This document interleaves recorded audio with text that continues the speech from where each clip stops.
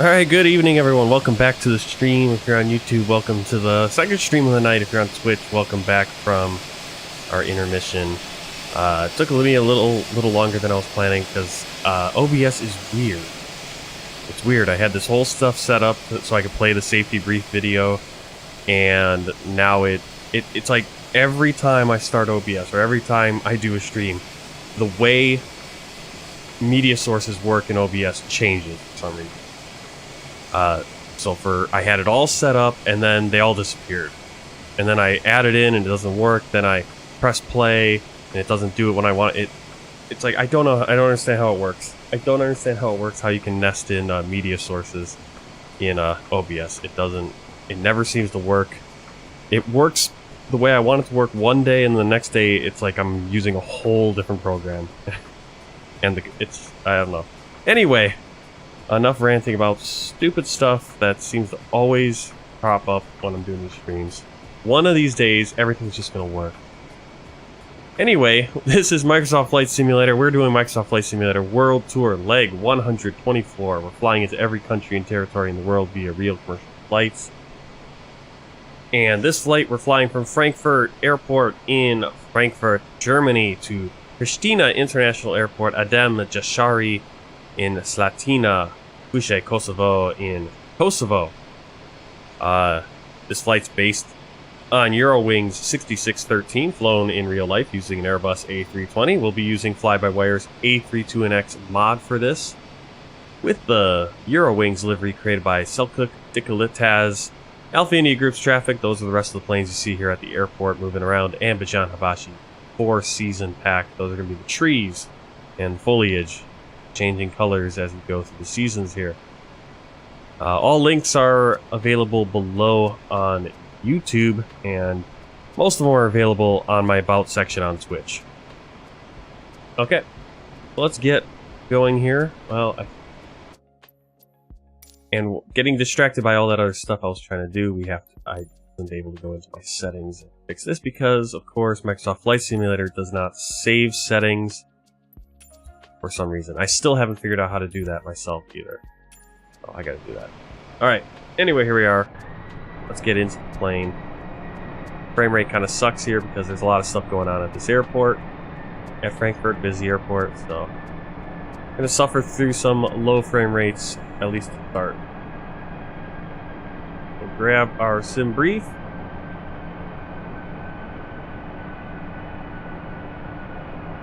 Grab the sim brief. There we go. And my chart.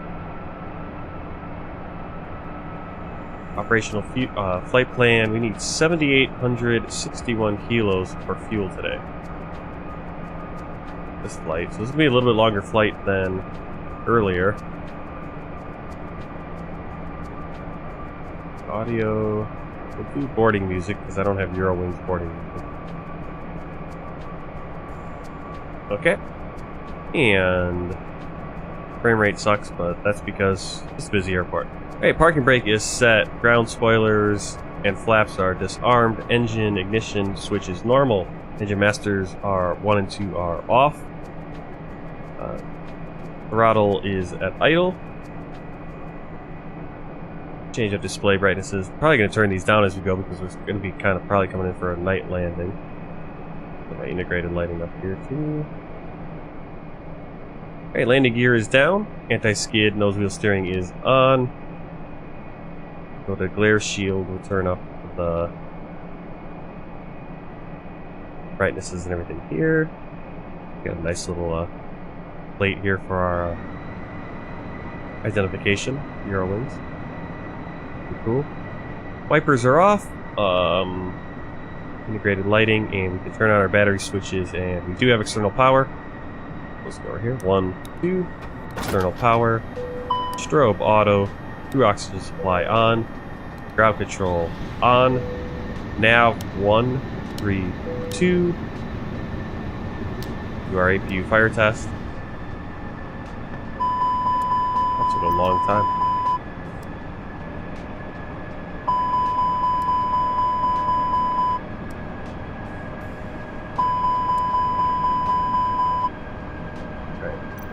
Before we get too far, I want to turn off my co-pilot handling the radios, otherwise she'll call for a pushback before I'm ready. The screen's up because it is late afternoon, 4 o'clock, I think. Here in Germany, we're an hour ahead of Zulu time, so it's going to be 5 p.m. In real life, it's early morning, so we're not live time. But the real life flight takes off about 5:30 in the afternoon. That's what we're doing. Right, this first officer screen up as well. Go.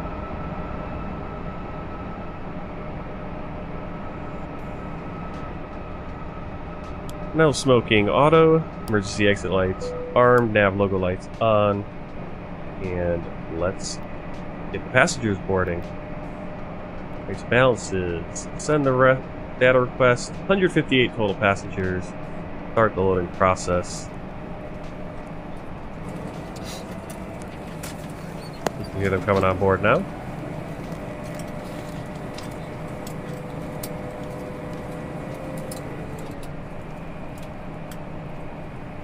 Let's see.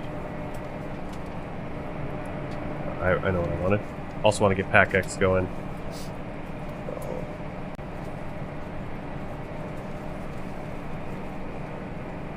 This is Pack X. You can buy this about $20, I think. Passenger simulation. Altitude 23,000. That must be our initial. 39,000 is going to be our boarding music, custom safety brief. We have a safety brief video. Hopefully I can get it to play and you guys can hear it. It's a kind of a funny video. It's all in German though, but it's a goofy little video nonetheless. Alright, so passengers are coming on board. What's cool about this is that it's got all these names are localized names. Now, I don't like the way they board because they don't board in the order. And I do need to actually get a different setup for this. This isn't what an A320 usually looks like. Usually you have like first class, business class, economy plus, right? But all these names are localized, so a lot of them are German, but we're also going to have, you know, a mix of Kosovo, Serbian, that kind of names. And a few names of people, obviously outside of there, you know, like some French, Chinese, all kinds of cool stuff. Here, Jayun Peña. Like a mix of Spanish and Chinese. Or something East Asian. So it's a pretty cool little thing. It's a very simple, not as involved as something like self-loading cargo, which is actually my favorite of the two available out there, passenger simulation kind of things. Alright, so we are getting passengers on board. We can request our ATC clearance for our flight. Platoon clearance.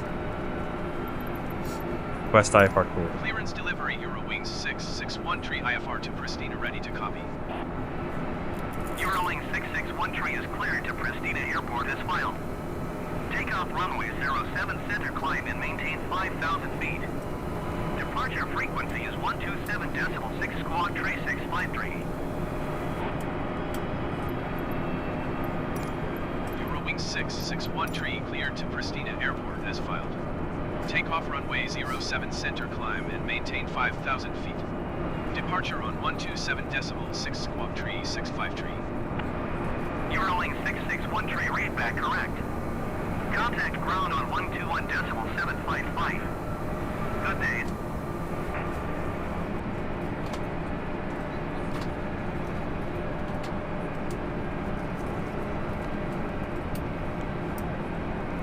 Alright, so we're going to go Cindy 1 Delta. Our plan has a Cindy 1 Yankee, but that was because we're taking off. The plan was to go from different runway. Change that quick on the overlay.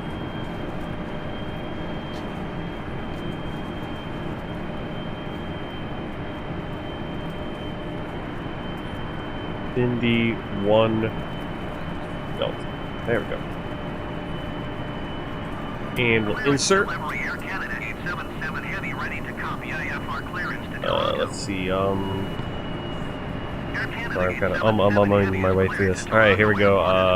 Initial page. Init page. Bring up the flight plan for you guys. It is. Our alternate today is Lima, Bravo, Sierra, Foxtrot. I believe we've flown there before. I can't remember what airport that is, though. But it sounds familiar. 6613 is our flight number. And let me quickly change my... Reminds me I should change my flight tracking.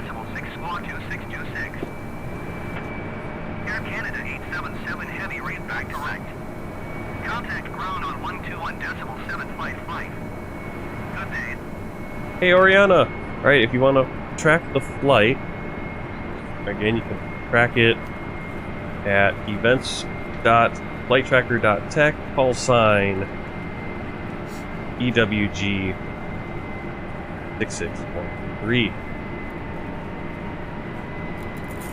Alright, cost index for this flight. What do we got? 15. Cruising is going to be flight level 390. For the flight plan, we got a few points we have to put in. So, first point is Cindy. Alright, from Cindy we're going to get on an airway. Zulu 74. Make sure you get on the airway page first. Zulu 74. Take that to Lampu. From Lampu we're going direct, so back insert. And then Lampu we're going direct to Nambo. Nambo we're going back on an airway. Back to the airway page. Yankee 161. Take that to Rudder.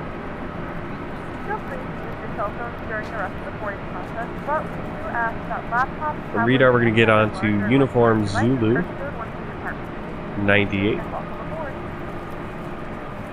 We're going to take that to the VOR Mike India Quebec. From there we're going to take airway Lima 605 to Isega, or Isega. Oh, that was a horrible, scary sound. I thought we were going to crash. And then my question would be, why can I only fly one flight on a stream every night?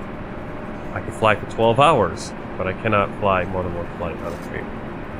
Alright, Sassel. So we're going direct to Sassel.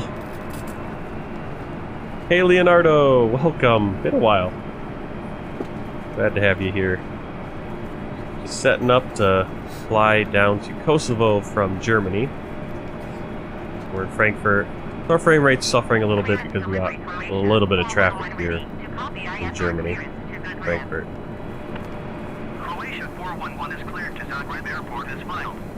Alright, so all these are direct, that's why we're on this page. So go back to Nilku.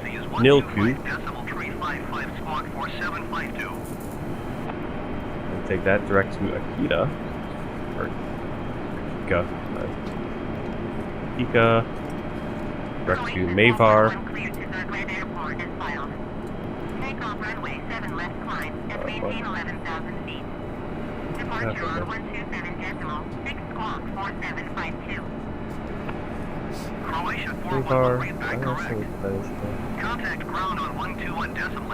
Mavar, and that last one direct to Zaxxon. Right now we'll immediately just put in our arrival. We'll adjust as we need to. Like right now they're going to have VOR runway 35. And our star standard terminal approach route is going to be Zaxxon 1 Foxtrot. And the VIA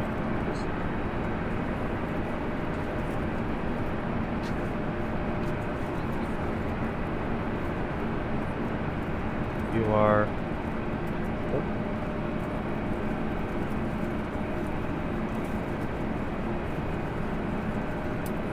Delta 148 Romeo. There.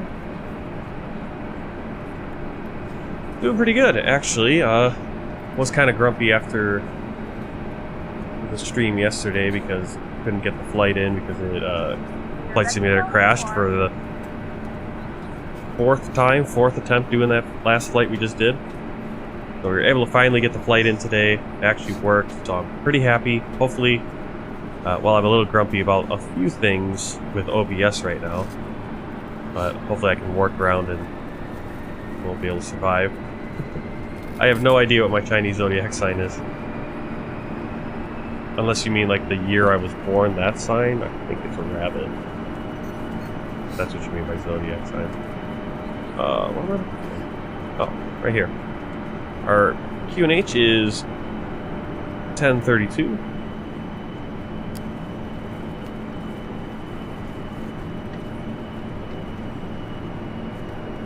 1032 or 1031? How do I take 1031 and say 1032? And then, let's do it out here. 1031. Okay.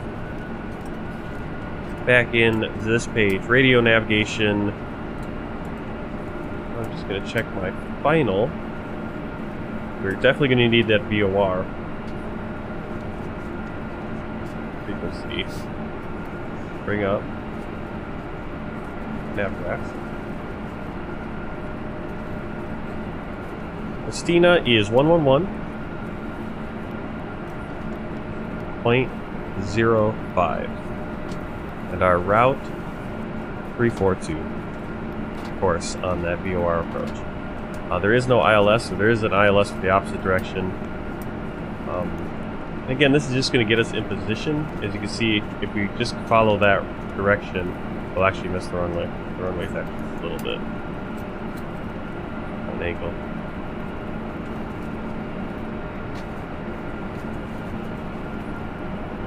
I'm just going to put it in again. We're going to put a different route. We're going to put 85 degrees. That's going to be our... We have to go around and go to a holding pattern. 111.05. And this course is going to be 85 degrees. Alright. Done with that. Go back to our weights and balances page. See how our passengers are doing. We have 20 more passengers to go, and then we will keep going. Yeah, I think it's going to be rabbit for my... I think that's the year of the rabbit.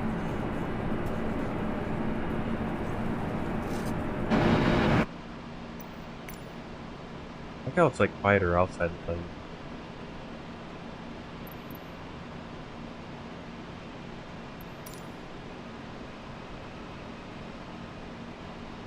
Got a lot of Lufthansas here.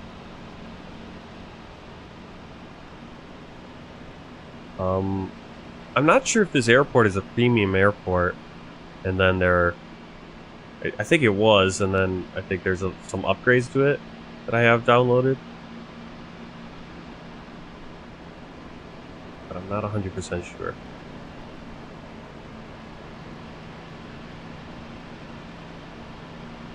Got a Lufthansa 747 behind us. Pretty cool.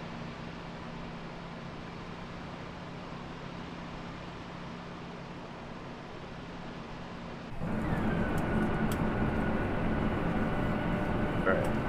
7 more passengers to go.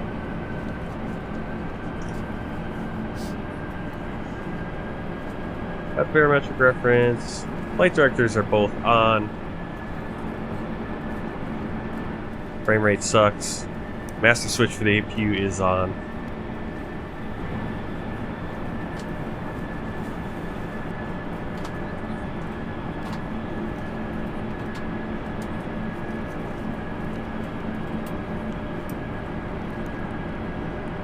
Alright, go to init page 2. 0 fuel weight, center of gravity, 24.8.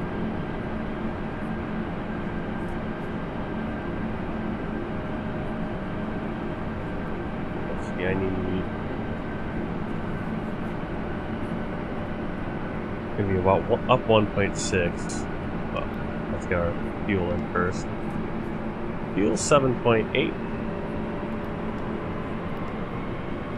And our wind is, our average wind is going to be 13,013. We're going to have a headwind. Yep. Now if I do this one. There we go. So we got a headwind 13 knots. Go to performance page. We're going to go flaps up 1.6. I actually didn't do that last flight. Clearance delivery loop Delta 119er 8IFR to Zurich ready to copy. Lufthansa 119er 8 is cleared to Zurich Airport is filed. Takeoff runway 7 left climb and maintain 10,000 feet. Departure frequency V1, is 123.3 rotate, Mach and V2 speeds. Transition altitude 5,000 feet. And I'm not going to do flex takeoff. We are set to go. Get that APU started. Lufthansa 119er 8 cleared to Zurich Airport is filed. Takeoff runway 7 left climb and maintain 10,000 feet. Departure on 127.6 squawk 1453. Lufthansa 119er 8 readback is correct. Contact ground on 121.755 when ready to taxi. Good day.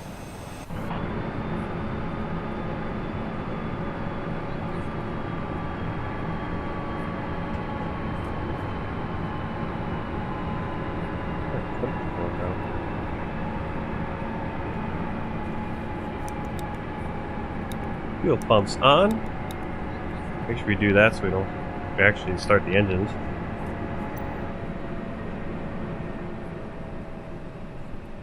Alright, jetway is removed. APU bleed on. Internal power off. Out here. Good evening, ladies and gentlemen. Actually, and double welcome check aboard our Flight 6630. Our flight time will electric. be roughly I think it's electric. 2 There we go. hours and 15 Being powered by the generator. Now that the cabin door is closed, Or by the make sure APU, that I mean. all devices are in airplane mode and your large devices We are are ready not for shut pushback, down so we're going to and turn on the safe. beacon light because we're going to be starting our Make sure that all engines. tray tables and I'm using seat backs are pushback upright helper once today before departure. because Flight attendants, please prepare cabin for toolbar departure. pushback is kind of broken, causing some issues. There it is. So we go tug.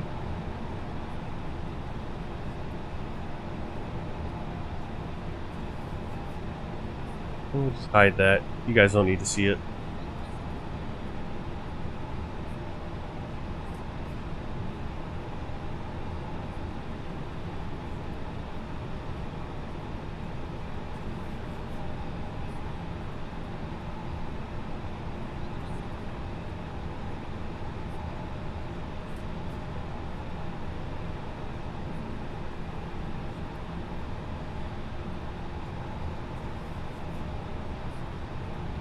Which way do I want to push back here?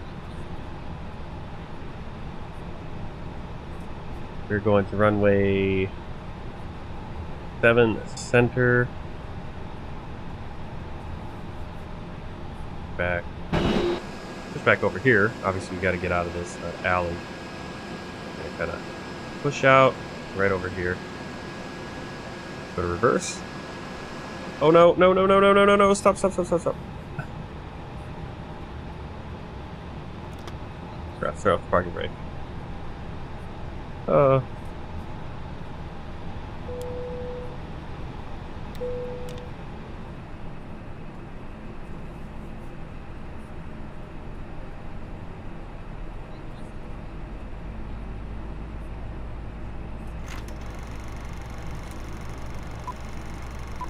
Eurowings. Sicherheit mit Jochen.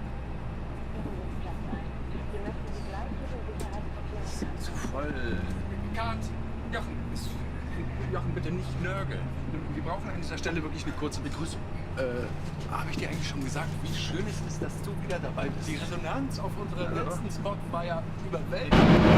Ganz schön anstrengend, ständig erkannt zu werden, weil sie ein Autogramm alles geschrieben haben, weil sie eine Autogramm wie auch immer. Also, I hope the safety brief isn't playing twice. Projekt im Safety Brief. Ich habe das Gefühl, das wird mit Sicherheit gut heute. For some reason now it's showing 2 audio sources for it. Die Kamera läuft sie nicht. Dann leg doch einfach mal los. Bitte.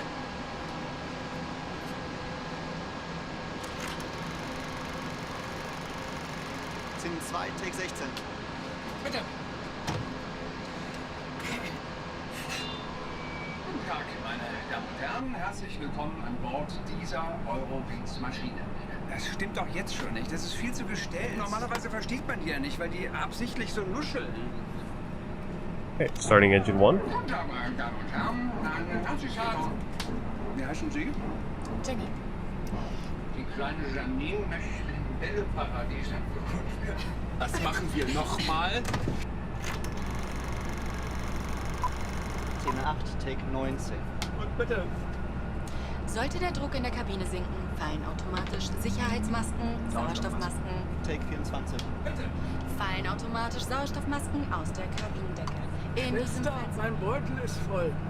Clearance delivery Dynasty 5522 Heavy ready fallen to copy. automatisch Sauerstoffmasken Alright, good. aus der Kabinendecke. Yeah, In it's diesem some, Fall I don't know sind what's die going on. Got the two it's showing me. They're linked. I can't like. I don't know what's going on. So it's weird. Good. Gut, dann probieren wir es nochmal I don't know if that does it. Janine, ich bin dein Vater. Tag. What? Und bitte.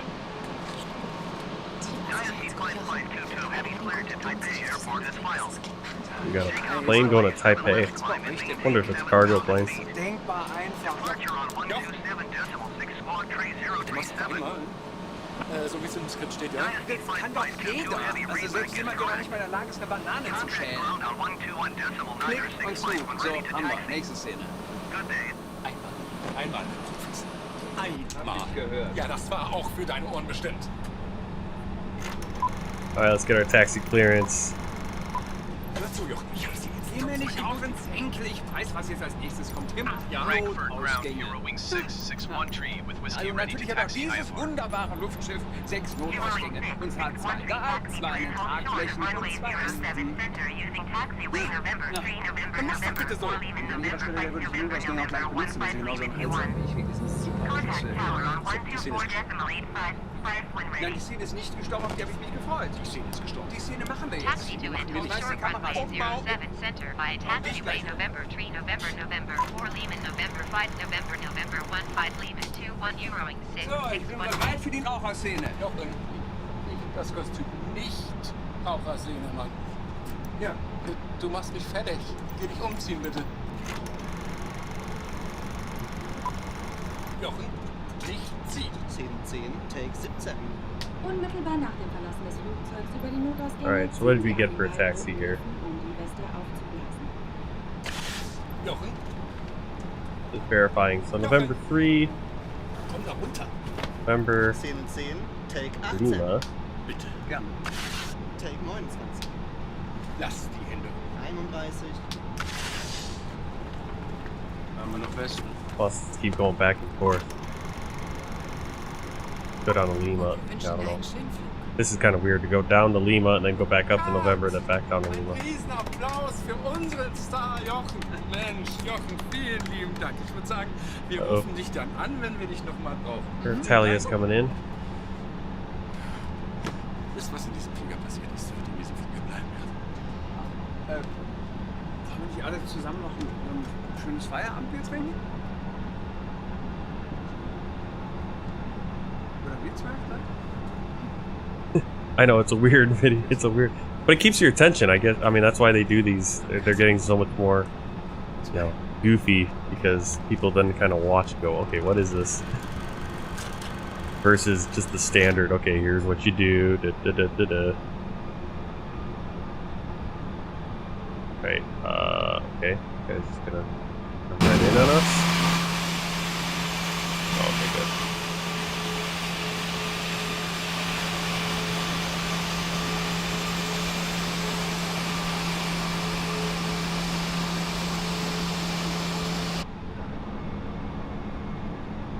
All right, let's begin our taxi. And yeah, I have to look into how, Alpha India Group's traffic and figure out how to do the update and what's going on with that because definitely need to start working on updating some of the routes and liveries because there is no Alitalia anymore.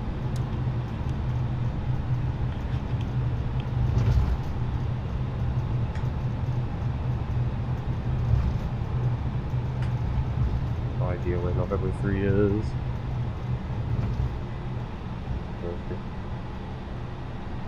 Well, signs is a little confusing. Just 5 things, there's just arrows on all of them. Taking this down to Lima. Heroing 6613, continue taxi. Did I cut someone off again? Roger, heroing 6613.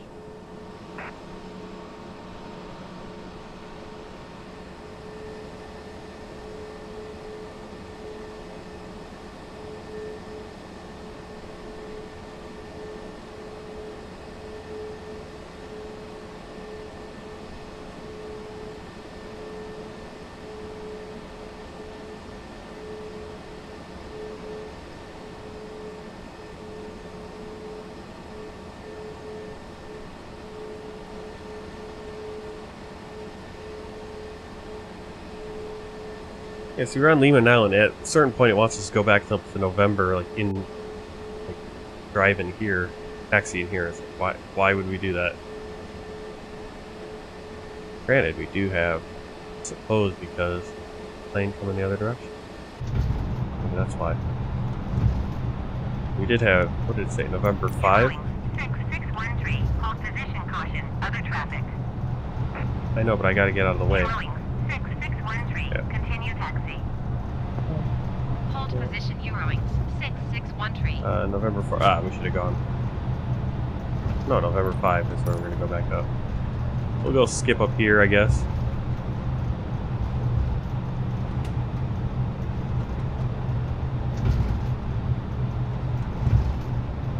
Oh, in, what are you on? You're still using, what's it called?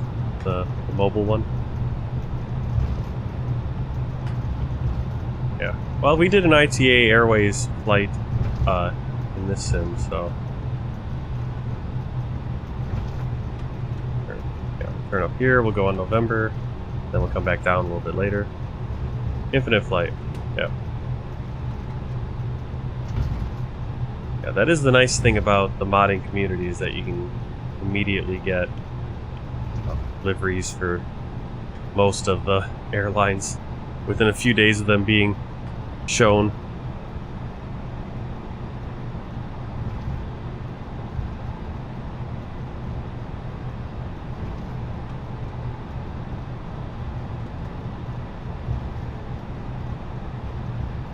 I wasn't planning on this going so, but we're going to be going, I think we're going pretty far after midnight here. We're not even in the air, and the flight time is probably going to be at least an hour and a half, if not more. Yeah, we're back in business. Had a successful flight from Budapest over here to Frankfurt. We're at beautiful Frankfurt Airport. I don't know how much of this is just premium, and I know a number of things in this airport have been added through freeware stuff that I've downloaded, like the Lufthansa logos on the buildings, but I'm not sure about everything else. I think I could have written down what the route they want us to take on this taxi. November 15. Okay, so 15 is going to be way down there. I don't know why they just have us come. Yeah. Why go down to Lima at all? Hey, Chris! Awesome.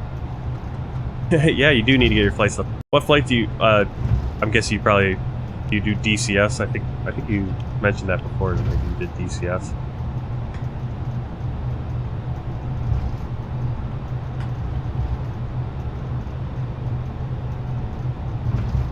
Yeah, definitely you need to get your flight stuff set up. Yeah, typically DCS. You're still doing a lot of racing though. That's what I need to get set back up. I need to get my wheel set back up. Even though my wheel is, one of the latches is broken. I think that hooks it to the table. I don't know if I have enough time to get back into iRacing or anything though. Still a time crunch there. At least at this point. Heroing 6613. Continue taxi. Roger, heroing. See, I gotta put clothes in the dryer now.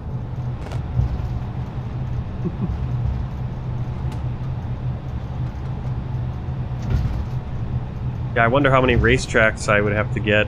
I know I'd have to get a few of the cars. I'm assuming for the cup cars in iRacing they probably have some new ones. Enjoy putting around Louisville in the Cessna. Do you have Flight Simulator also? Or something? Do you live around? Do you live in Louisville? Awesome. Yeah, I did a flight to Louisville a while back. Because I think I did a UPS flight or something. No, yeah, UPS is there. Because I always drove through Louisville on 65 when I was trucking over the road. I'd always drive through Louisville, right past the university, past the airport. You know, the UPS planes coming right in over the head.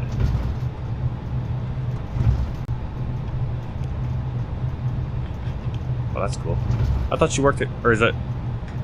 I thought you worked at Culver's, or is that, or do you have? I don't know how many daughters you have. I saw the picture where she brought home Culver's. Oh, she did. Okay, so she's going. So now she's at Louisville, and she's working at UPS. Okay. Awesome. Is she doing any sports at Louisville? Get like a scholarship or something? Or?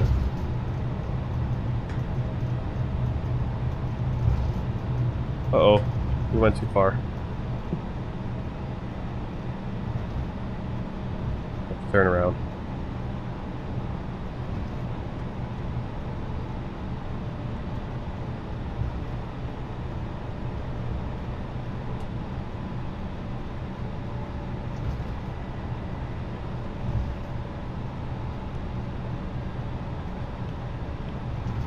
Ah, academics are her thing. Alright.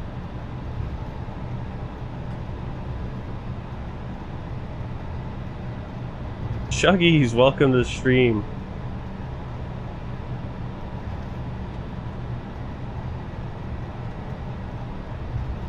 The Gagaren? That's not... I don't know what you... You're trying to say something else there.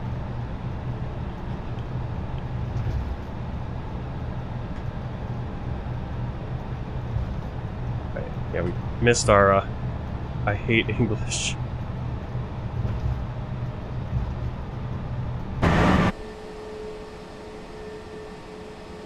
Yeah, see, we should have turned right there.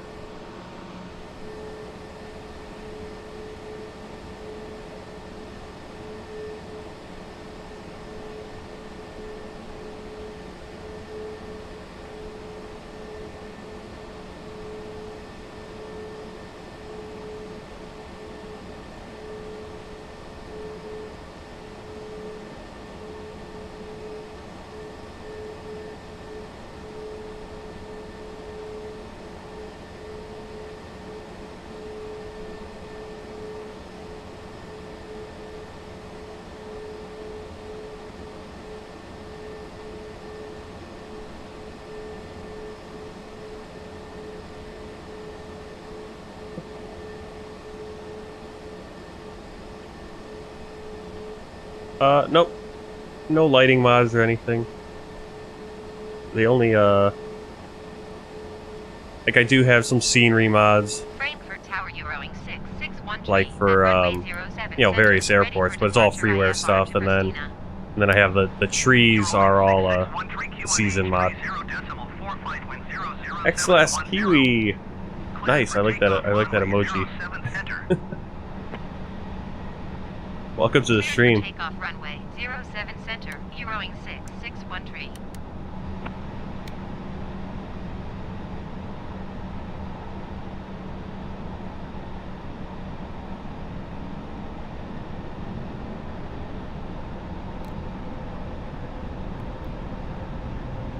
do our cabin check.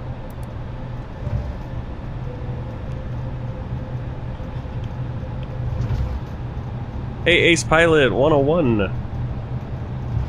Welcome.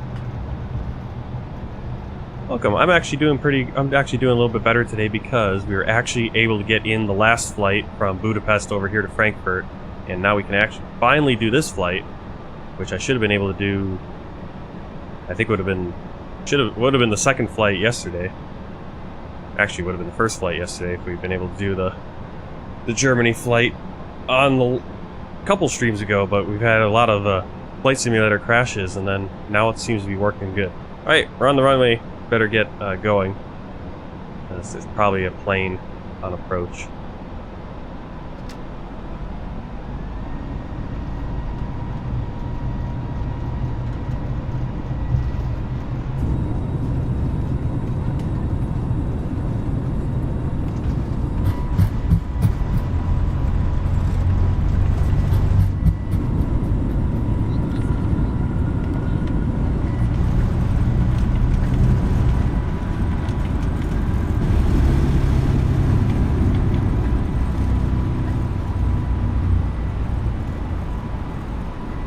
Alright, positive rate, gear up.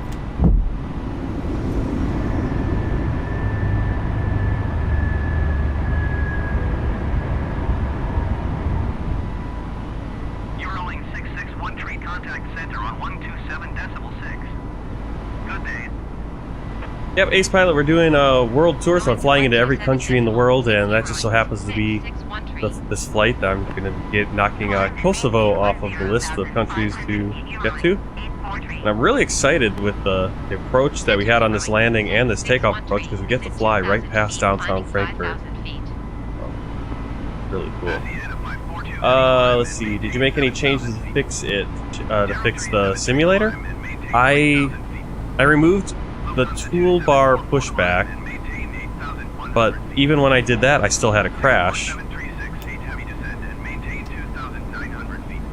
Still had a crash when I was doing a VFR flight, but then I did a 6-hour flight just letting the plane fly, Microsoft Flight Simulator fly, and I was recording with OBS. That worked fine, no crash. And then I did a 12-hour stream you saw, or probably might have seen earlier on YouTube. I just had it running for 6 hours, but I tested everything and had no problems, and so I don't know. X-Last Kiwi, thank you. It's not mine though, just watching other people fly to while in cruise. Awesome. Well, thank you for coming over. I'll have to check out some of your flights. What are we doing? Oh, let's go autopilot here.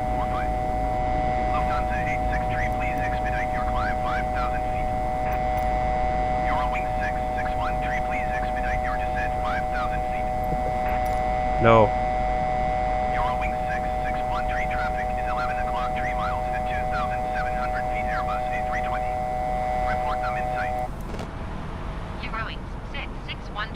Let's see. Ace Pilot, we're doing Eurowings. You just missed the safety brief, which is a kind of an interesting video. It must be like a German comedian or something. It's all in German, and he's doing all kinds of goofy stuff while they're trying to do the safety brief. Actually, you can't take your eyes off it. That's why they do it like that. Vanya's player performance. Yeah. Well, I noticed when I did the 12-hour stream thing to test it, I did notice that performance degradation. But what had been happening is on Saturday night, last week Sunday night, my second flight was going to be the Budapest to Frankfurt flight, and the sim crashed the desktop when I was setting up the flight, like getting the plane set up at the gate. And then the second time I tried, we got off the ground, flew about 25% of the flight, and then it crashed desktop. So I gave up. Then Saturday night, yesterday, I came in, it crashed during the setup at the gate, and then it crashed the desktop when we were pushing back to taxi. And so I gave up. That's why the stream was like only an hour long. I just gave up, like, screw this, I'm not even gonna try anymore, I'm tired.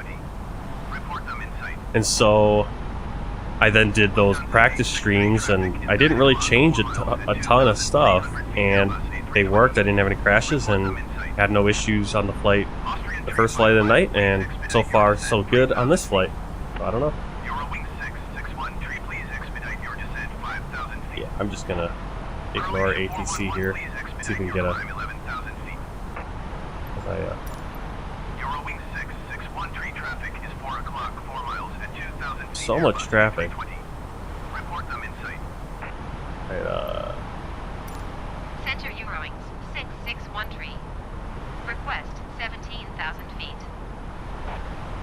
Lufthansa 863, please expedite your descent.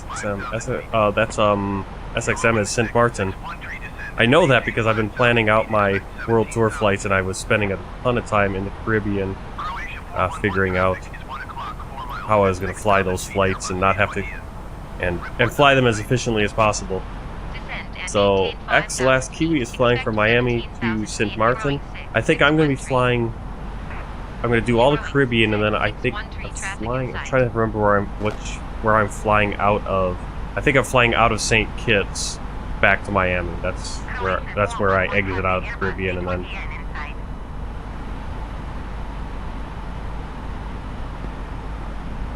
Oh, I thought the sim was crashing there. I thought the sim was crashing there. We just had a long hang up there. So I hope that doesn't become a theme. A little nervous there. So XLS Kiwi, Miami to St. Martin. That's that airport where you have all the people on the beach, and as the jets are taking off, they're getting the jet blast, or the jets are landing right over them. So that's gonna be fun to fly into. And you're flying there, so you're gonna be landing right over that beach. That's pretty cool. Ace Pilot. Personally, I like United. I'm striving to be a pilot with them. Awesome. After I turn 18, so I pretty much just use them. Awesome. Are you planning on going to like ATP for the pilot training?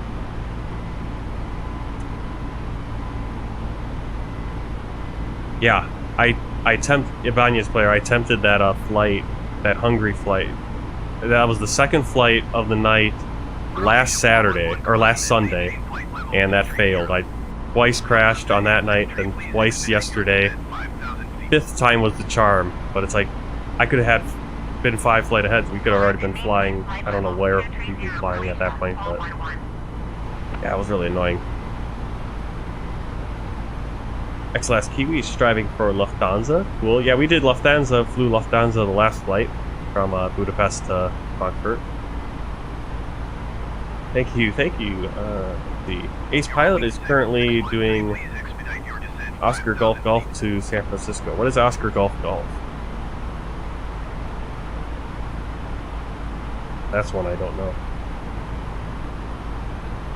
Oscar Golf Golf is Kahului Airport in, oh, okay, Hawaii.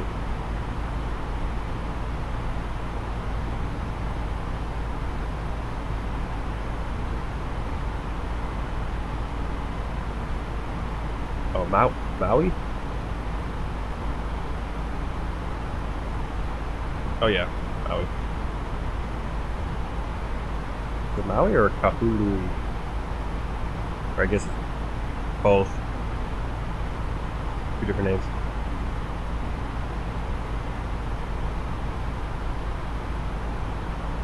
Yep. Yeah, going through United Aviate. Awesome. You should do Air Caribbeans in the Caribbean. Yeah, I don't think I have an Air Caribbean. Originally I did have a flight on them, and now I don't think I have one because I kind of reworked it and then I lost one. But I do. I might replace one of the flights because I don't have liveries for all the flights. Who just followed? X-Last Kiwi, thank you for the follow. All right. I actually get a message right here in front of my face. I don't know if I have. Try to find it. Let's get an outside view. Actually, let's turn off our landing lights and all that. Getting a few hang-ups here. Seatbelt sign off. Spoilers disarmed. Hawk 17 Heavy, please expedite your descent 3,400 feet. Just climb to our cruise 39,000.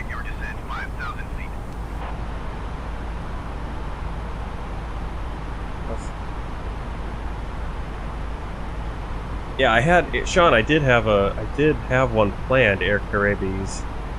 I'm not sure if I do anymore, and I don't know why.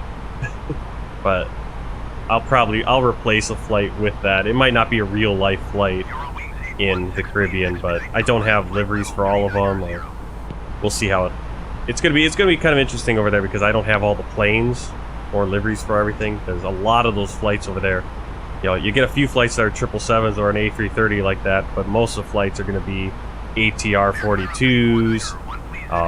It's actually quite a few that I'm going to be doing in the Cessna 208. Actually, that'll be kind of fun.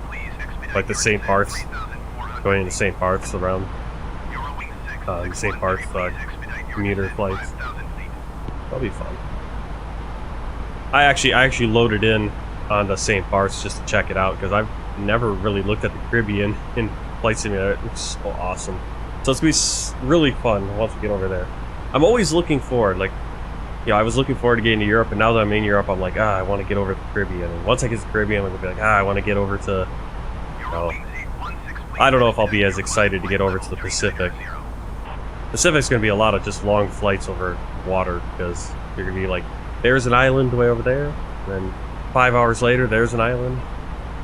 And I did all those flights in X-Plane, because that's where I started my world tour, was in X-Plane, and I started over in New Zealand and did all that island hopping, all those island nations out in the Pacific.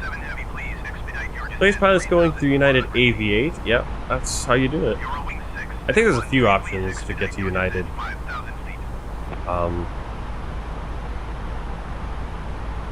I've looked into that, and I'm like, man, I think if I could go back and if I had been as big into flight when I was your age, I would have definitely gone into it. Now I'm getting a little too on the older side of, you know, I'm getting to that point where it's like I got to make a decision on it. If I want to try to do that, it's like got to be like in the next few years here to make it worth it.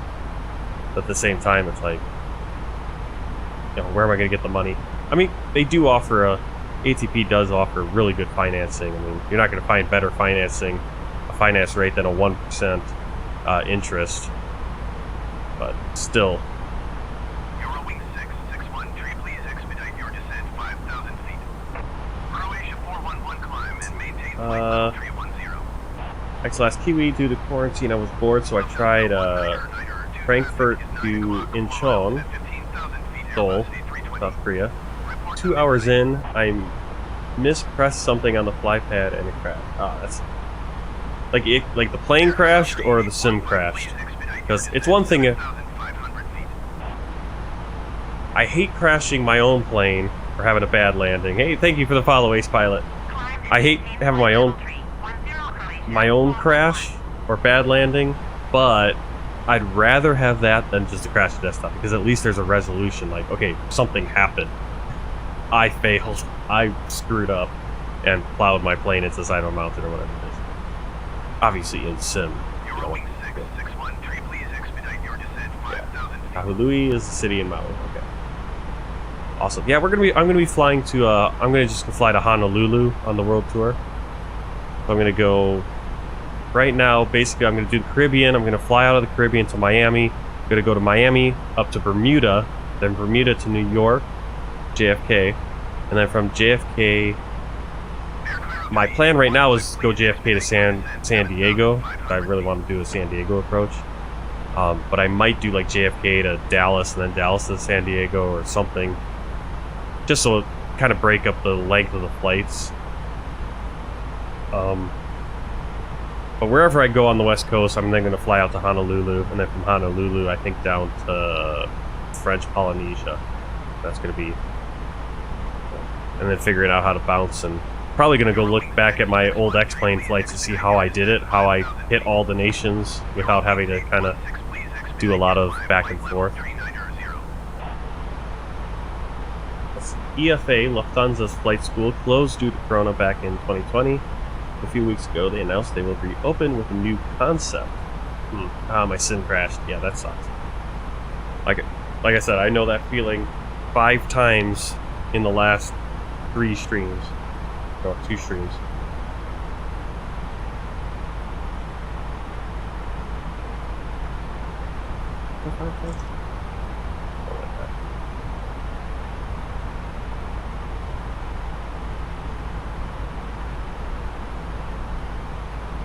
Reloading the flight left all the screens black no matter what it is. Well, that's weird. Yeah. Alright, Ace Pilot. Gotta go to bed. You have to follow. Be back next time. Alright.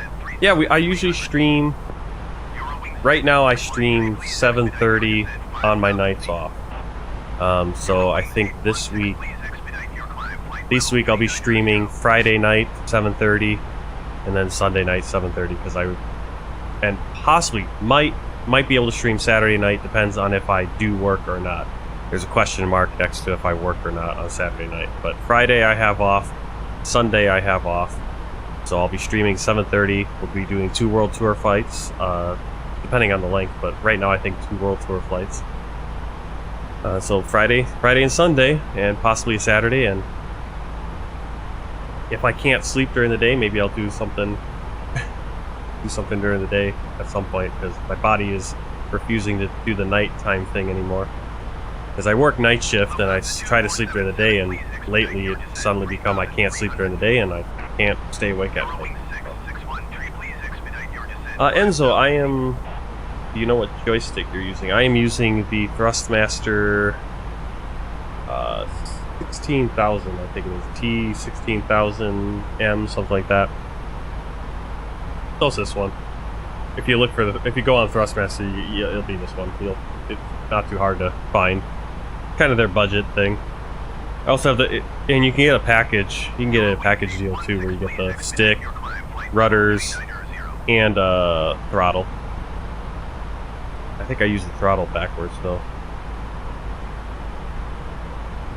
But the cords are on the. Makes sense with the cords. Yeah, the TCA is the yoke though, right? Like the Boeing stuff. Yeah, when I got this, I got it because I don't think first of all, that Boeing one wasn't out. That Boeing one's also very expensive.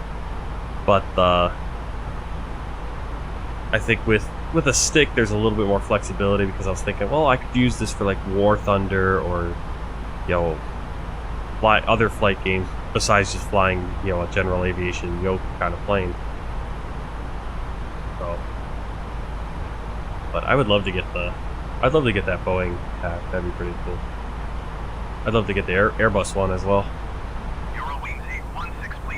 If I had a ton of money to toss around, or I could get a sponsorship and give it to me for free, that'd be cool. Okay, let's what was that tail? Very good. Yeah, I got the dirty texture in from Selko Dicolitas. He does really good paints, really good liveries, and most of his liveries now he has a clean version and a dirty version. I always tend to go with the dirty version to make it look like the plane's been a little wear. Feet above your assigned altitude. Descend and maintain flight level 310. Tail is just absolutely filthy on this side. It's a little cleaner over here. Oh, I guess it's got a lot of...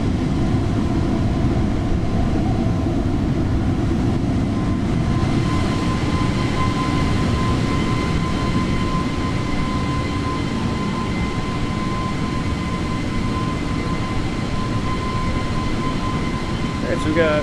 looking like it's gonna be about an hour and a half probably before we land. This flight's gonna go a lot later than I usually go. I simply don't stream that late.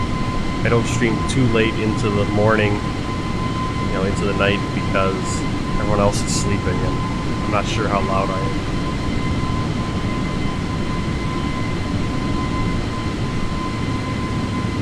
Someday I'll have my own little area that's more maybe soundproof, that I can stream all night on my nights off.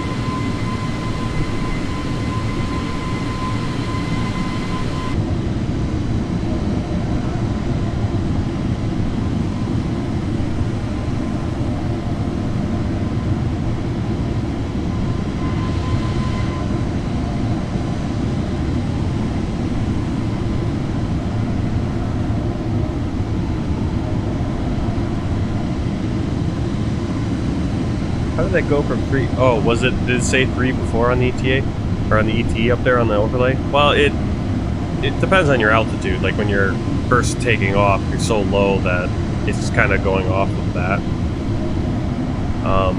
Let me see my sim brief. Sim brief says estimated time, block time is going to be 2.5 hours. So, I mean, that's including obviously taxiing and startup and all that.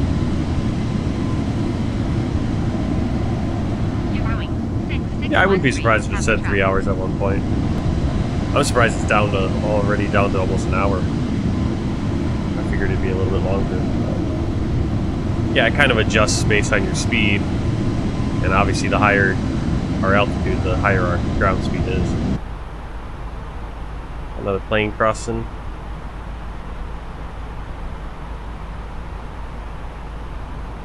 Let's see if they cancel off. Oh, ATC is broken again, so we're only going to hear our side of the.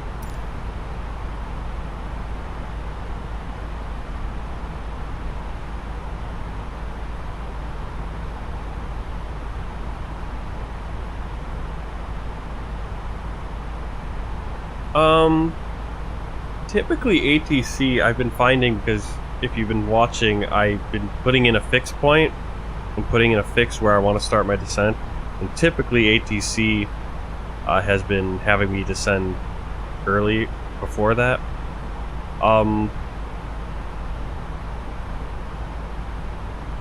It all depends. It's up to you what you want to do, because if you're planning, the biggest issue is that obviously in real life you get an ATIS, and you typically know what runways you're gonna get right at the beginning. I on my sim brief, I already know, I'm already planning on getting runway 35. Now, thing is that in the sim, the ATC might decide, oh, we're going to do the opposite runway for no real reason. Now, in real life, obviously, they could change runways too. Usually, you'll get that updated on the ATIS. That's why you get that latest information, so you know which runway we're using. Maybe the wind's completely changed, they switched runways. You'll typically also get your, which runway you're going to be getting and what's your star and all that stuff. ATC will give that to you far more in advance than the ATC does in game here. And so usually what they'll do is they'll say, okay, you're cleared on this star, follow the star. And the star will have certain levels that you need to hit at certain waypoints, and so you don't need to wait for them to clear you those points. They'll just say you're cleared, follow the star, or maybe follow the star until you get to this point and then we'll clear you or whatever. There's a lot more into it, and again, VATSIM is a good place to go for that, where you're gonna get more realistic ATC than in-game. But I've had this issue a lot where I'm coming into an airport, I'm planning on coming on a certain runway, and then I'm at 10,000 feet, and I'm like, ATC, you gotta clear me down, because I'm never gonna hit the run. There goes the runway. I'm at 10,000 feet, and I can see the run. I can't land. And what happens is then the ATC comes over and says, oh yeah, we want you to land the opposite direction. Or what they wanted me to do was fly into the VOR and then fly back out and then come back in. But you don't know that, and so you're sitting there going, okay, is ATC broken? Are they gonna have me try to land at the last second, descend 10,000 feet or whatever? It's still not. Whoa. What happened there?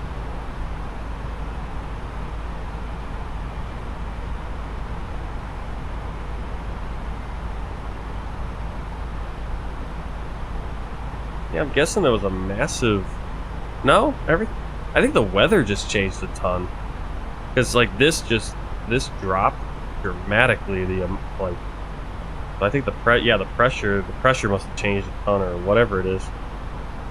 Yeah, because we were totally fine, and then suddenly we were way over speed because everything changed, the pressure and or whatever it is, whatever causes that stuff.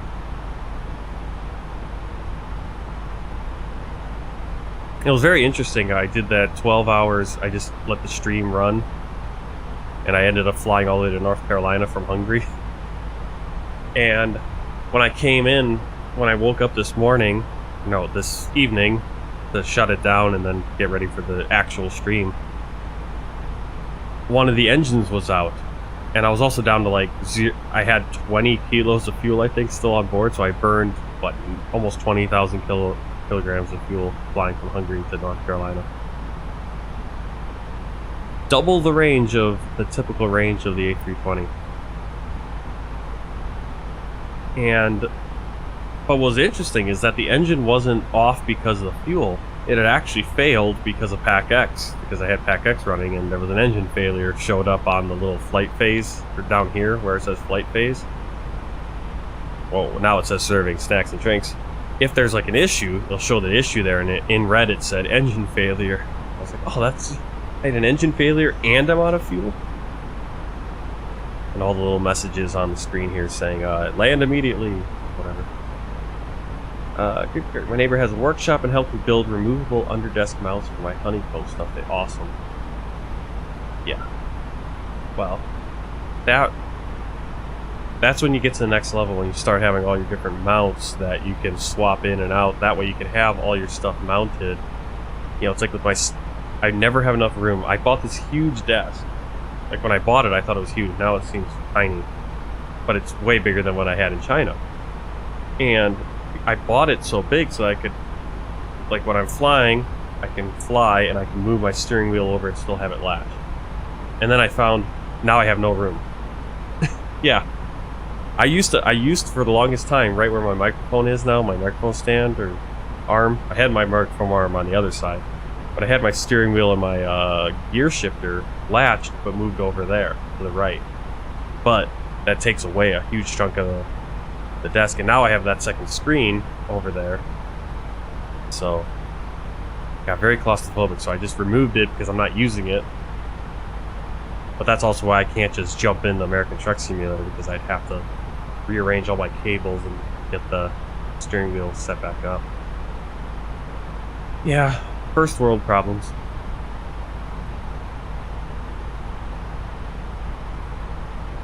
So I'm guessing we're gonna probably be landing in the dark here once we get to Pristina.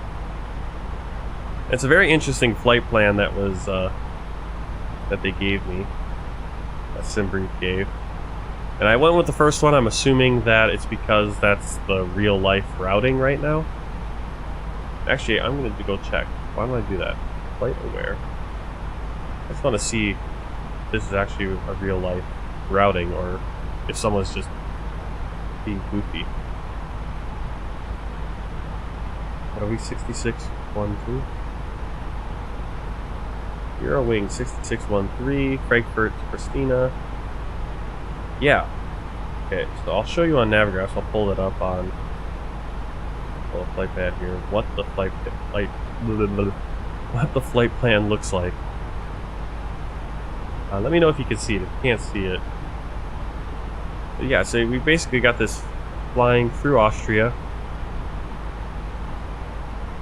We're gonna cross into Hungary a little bit, over Croatia, Bosnia Herzegovina, Yugoslavia, and then no, not Yugoslavia, Serbia. This is Albania, into North Macedonia. So we're gonna, instead of, this is what's the weird part, is instead of going, change this so you just kind of see where we are. This is Kosovo.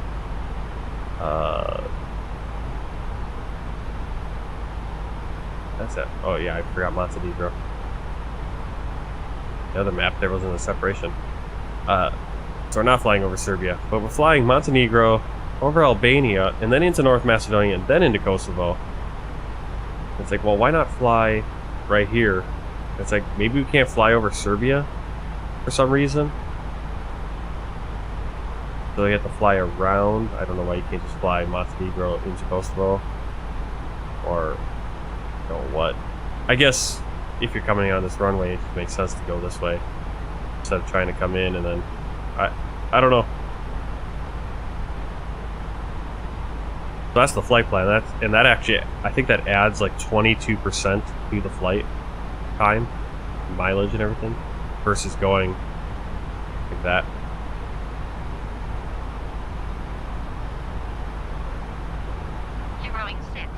I'm guessing it does. I mean, maybe that's what I'm thinking it is. There must be, now that I'm looking at it, that we're not going over Serbia.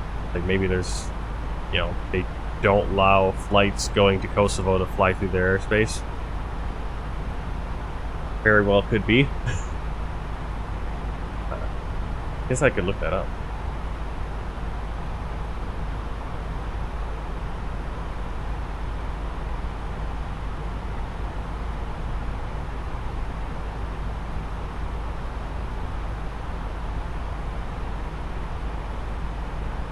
Yeah. Yeah, I mean, there's all that. There's all that. Let's see,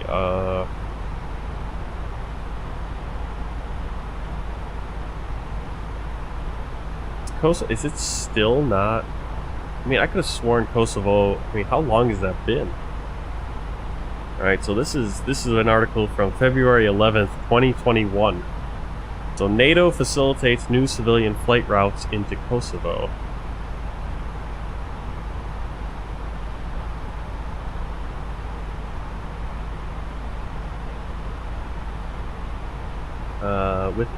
There was an important breakthrough for NATO's Balkans aviation normalization process today. With imminent effect, airlines flying to Kosovo through its lower territory will finally be able to make a more direct approach to Pristina Airport.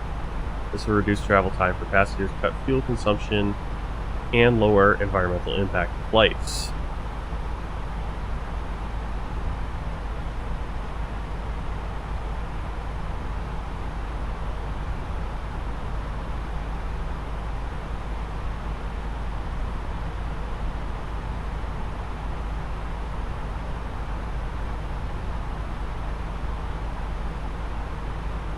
Okay, so this is talking, basically, it's exactly talking about exactly what we're doing here.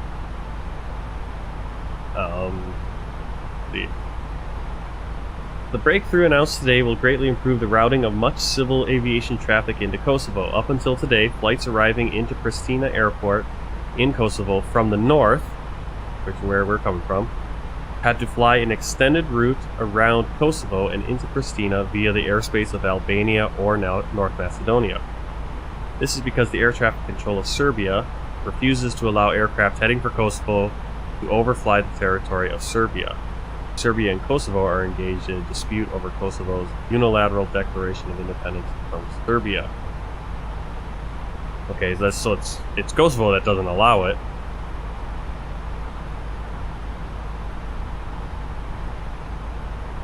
I don't know if they don't want to, risk potentially hiding Serbian warplanes from coming in, or if they don't want people having to pay the fee to Serbia. So they're like, okay, we're gonna route things around you, Serbia, so you don't get, yeah. And then it has an example flight, Munich to Pristina, so basically the same thing we're doing. We're just going Frankfurt, and it basically that flight plan where we have to go Montenegro through Albania through North Macedonia and then come in. Eurowing 6613, have a Boeing 737 in sight.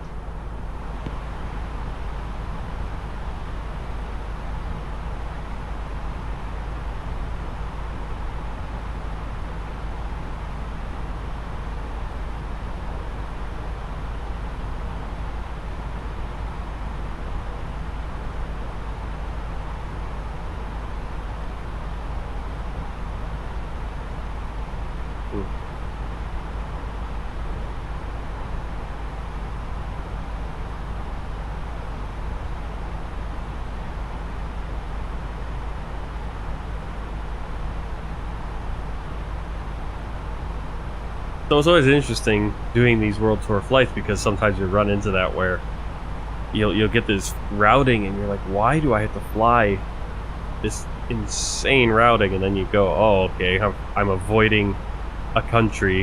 What's the reasoning for that?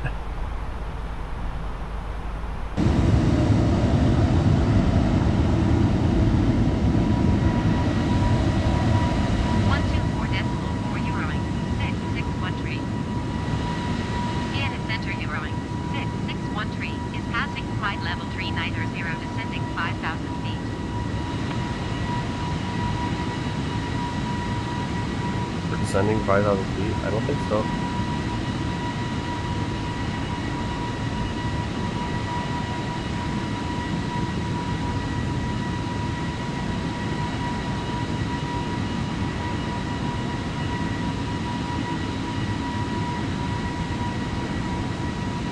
Oh no, have I had this? Oh wait, I'm talking about that, that's right. Like, have I had that nav graphs up for that long? We were just talking about the routing.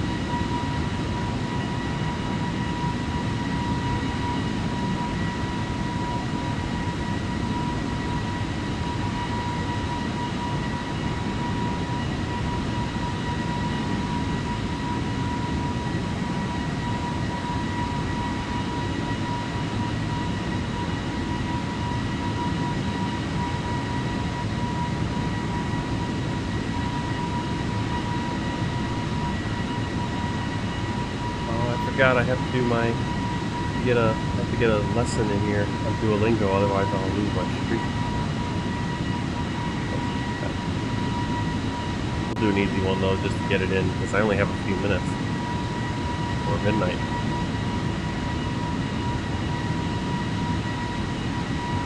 I'm not gonna do Hebrew. That will be easier.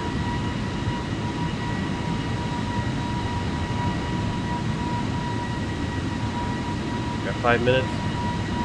Let's knock one out here.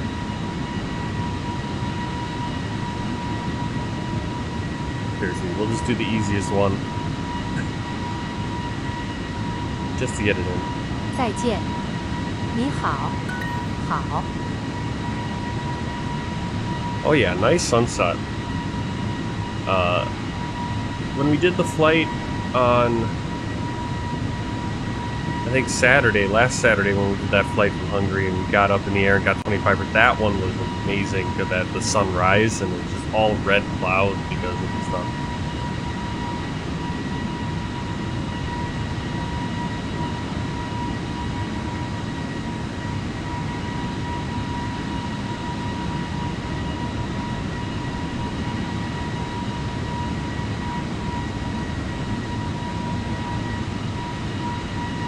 I am German. Oh, well, I'm not like German from Germany, no, but yes, my family is German. Also Hungarian and Czech, and yeah, Hungarian. So 50, I'm half German, and then 25% Czech, 25% Hungarian. My grandparents. 再见。好，再见。 We're just getting this lesson in really quick so I can. 好，你好。在。好。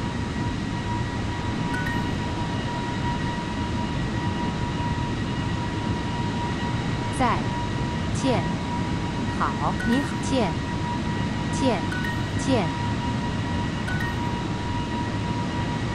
好。 见，在，你好。 There we go. That's what I wanted to do.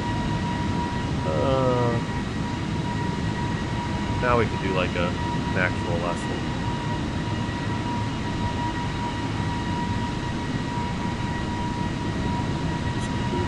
Let's do some food. Some dining in Chinese. 不要喝酒。 What? 不要喝酒。不要。 喝酒。 Oh, who said that? Don't drink alcohol. 饿。 Ugh. 肺。渴。饿。肺。完。渴。饿。真。渴。惊。 我不饿，我很渴。我小费不，我不饿，我很渴。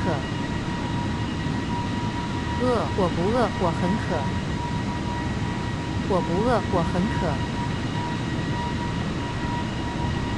我不饿，我很渴。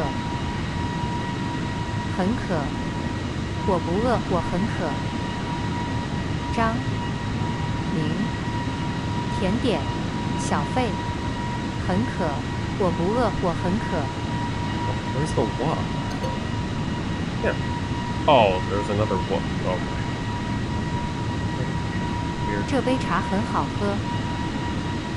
这杯茶。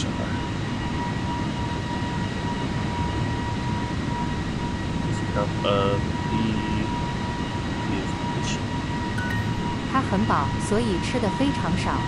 他很饱，所以吃的非常少。他很饱，所以吃的非常少。他很饱，所以吃的非常少。得，他很饱，所以吃的非常少。他很饱，所以吃的非常少。吃，非常少。他很饱，所以吃的非常少。得，非常少。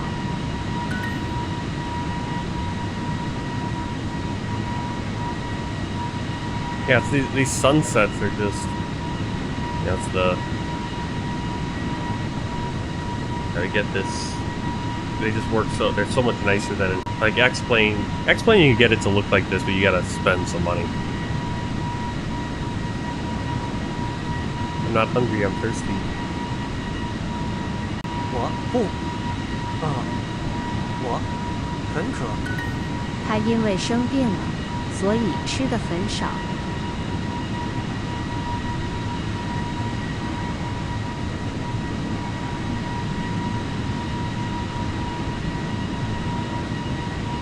他因为生病了，所以吃的很少。他因为生病了，所以吃的很少。乙，我想喝一点酒。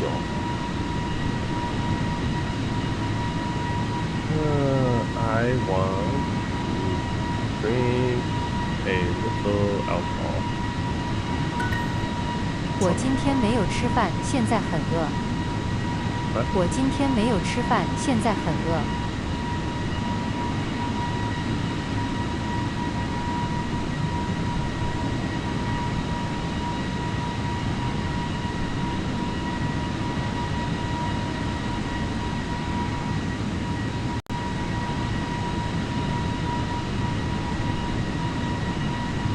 你不饿吗？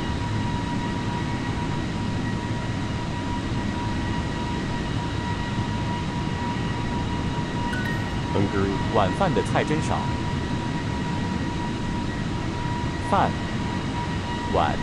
晚饭的菜真少。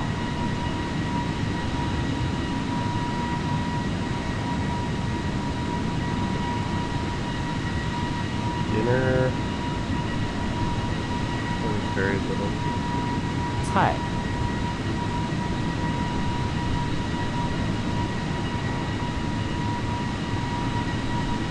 Very little food in there. Finally, 1 hour into my flight. Where are you flying? You're flying Miami to St. Martin, right? Princess. What is that? Princess Juliana Airport? I think the coffee there is. 那里的咖啡。喝，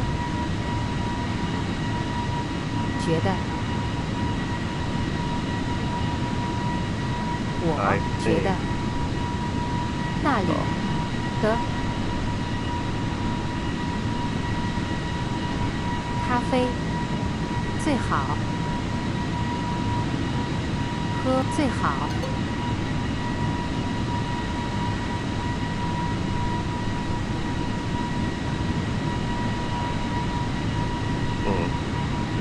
最好的。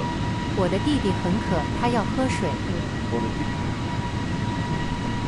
Ariana is Latina. Yeah. Hey, my younger brother is thirsty.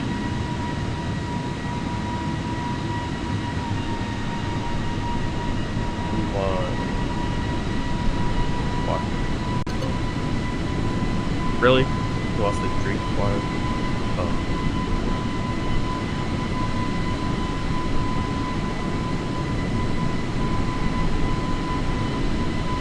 这是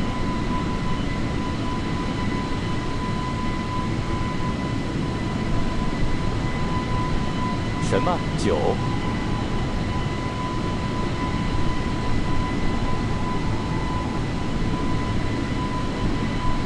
Yeah, I already know.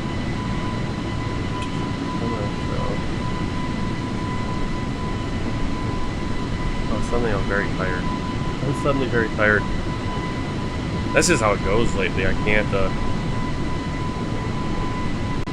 like, it really feels like night to me now. Even though I've been attempting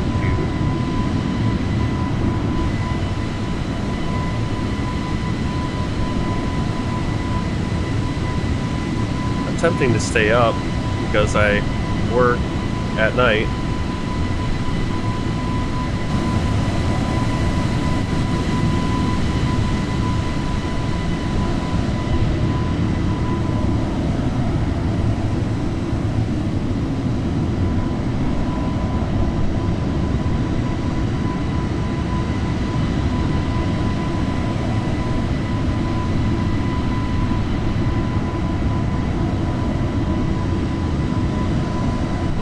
I'm not sure what the drinking age is in China.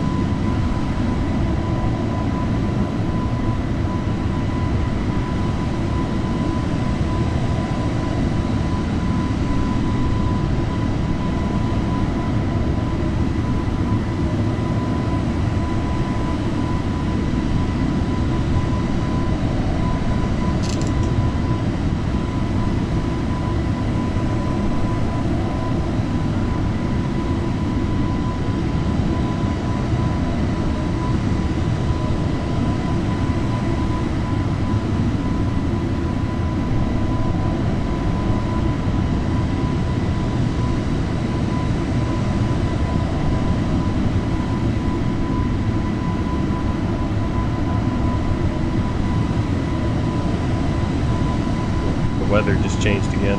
Shifted a little bit there.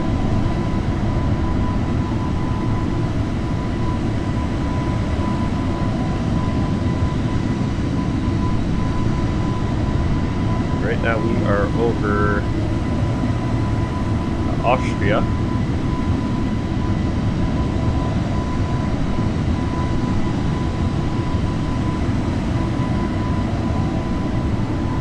Yeah, a lot of places it's 18.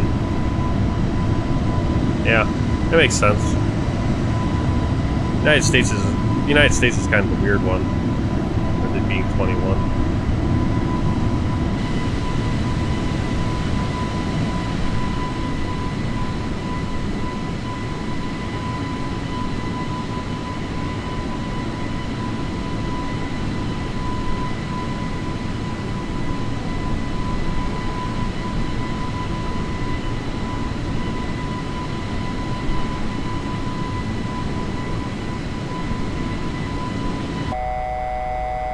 Oh, what the heck is going on here? Why are we so slow?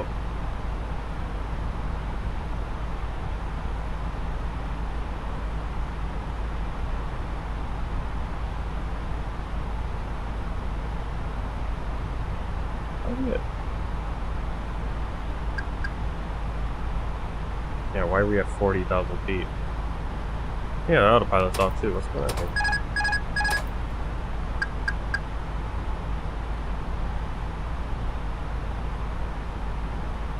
How did it do that?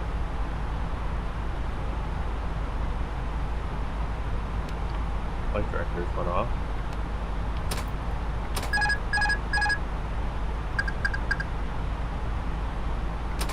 Why?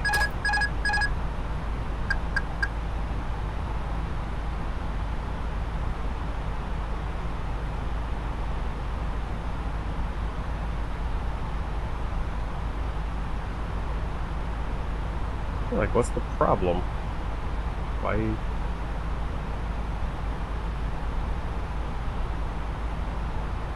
is our speed so low?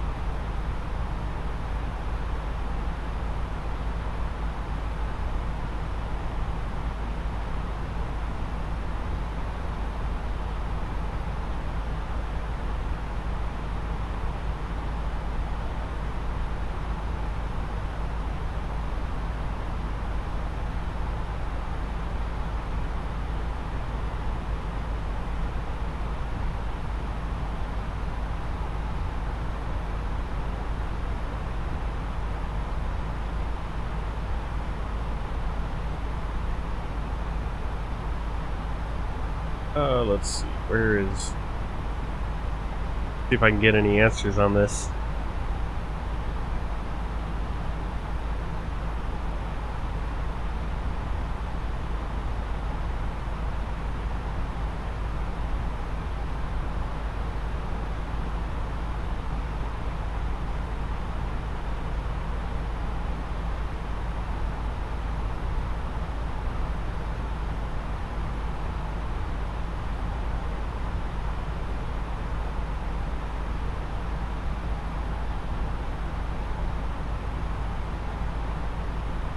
You need to reset your auto throttle button and put the throttle back to climb.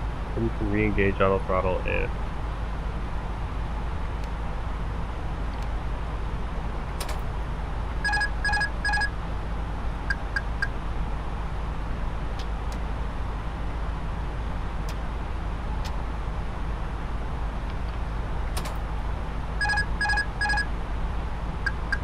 To reset your auto throttle button, put the throttle back to climb, then you can re-engage auto throttle and AP. It will work after.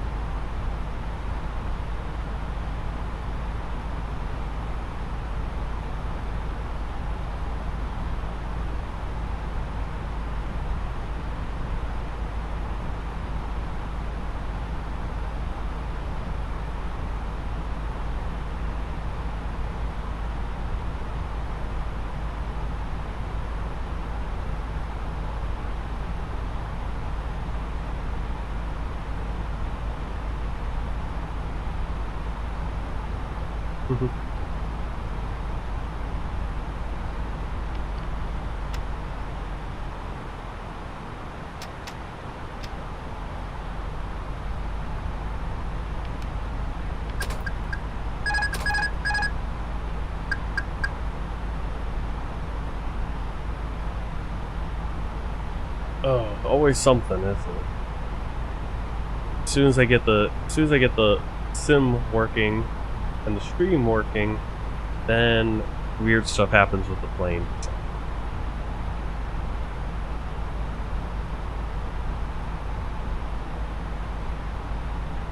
Right. 120.375 Euroing 6, Can't I 61 tree. get onto the... Budapest Center Euroing 661 tree is passing flight level 400 descending 5,000 feet.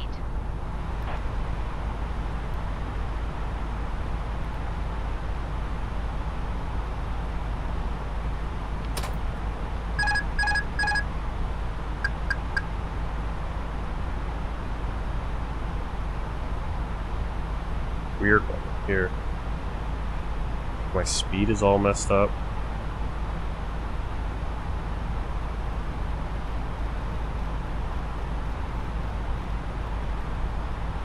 Well, the problem is I don't have auto, so it's like I have to do everything manually anyway. It's fun. Plus I'm 1,000 feet higher than I want to be.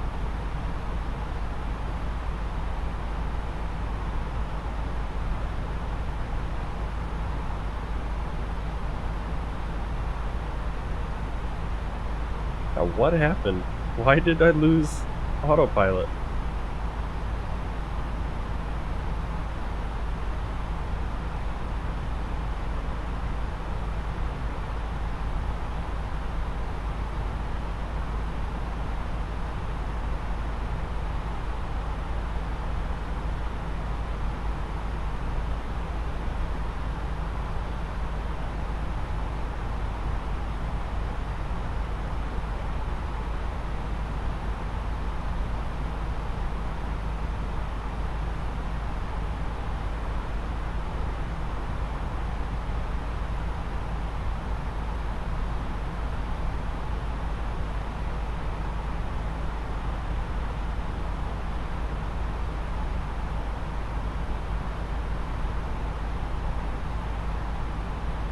Okay, someone said I'm on the support on the Discord, and it's like it might be a protection thing. Like if you're too low a speed, it will disconnect. Maybe it's because we have our speed issue here. We're in that yellow area. There we go.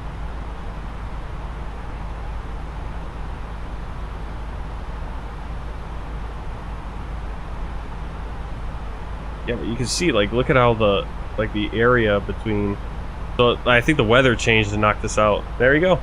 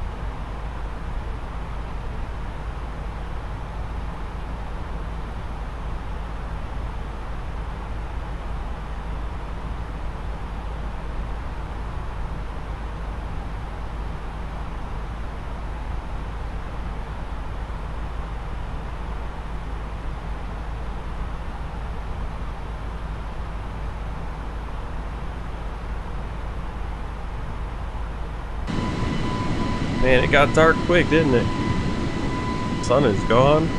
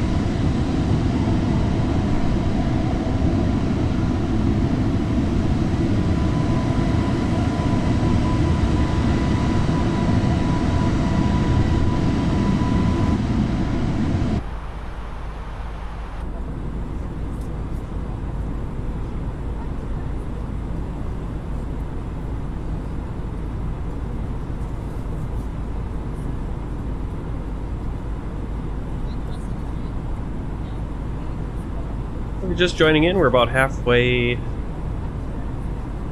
only got, I think, about 38 minutes left. Well, about halfway through our flight from Frankfurt, Germany to Pristina, Kosovo.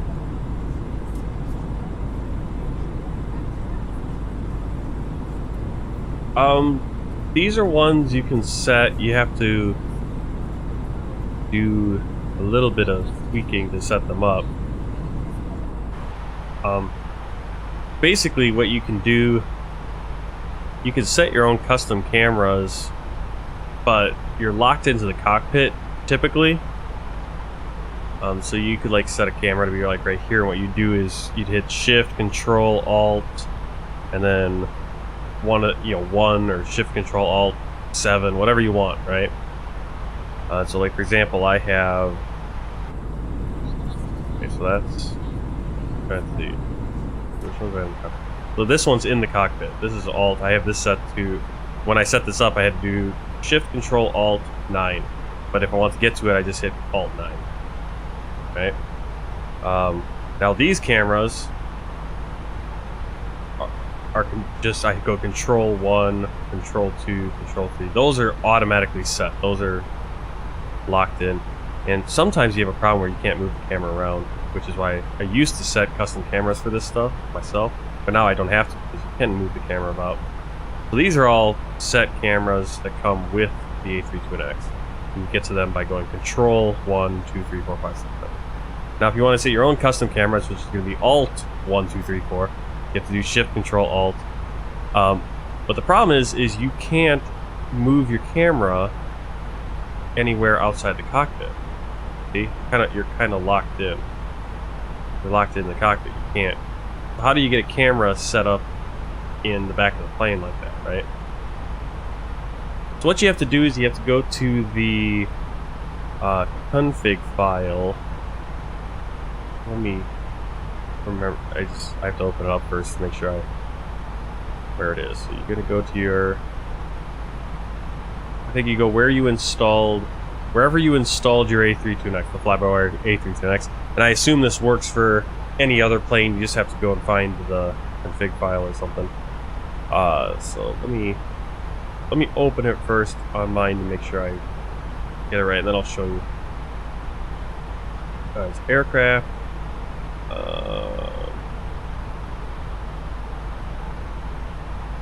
FlyByWire. Okay. I think we do this.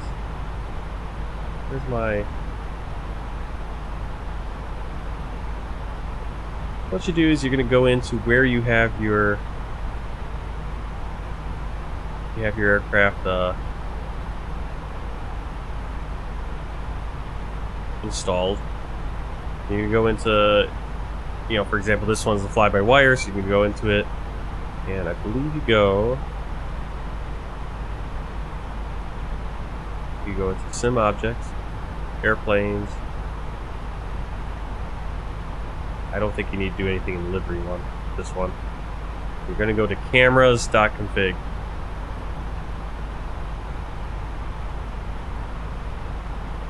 Oh, you're talking about the external cameras. Sorry.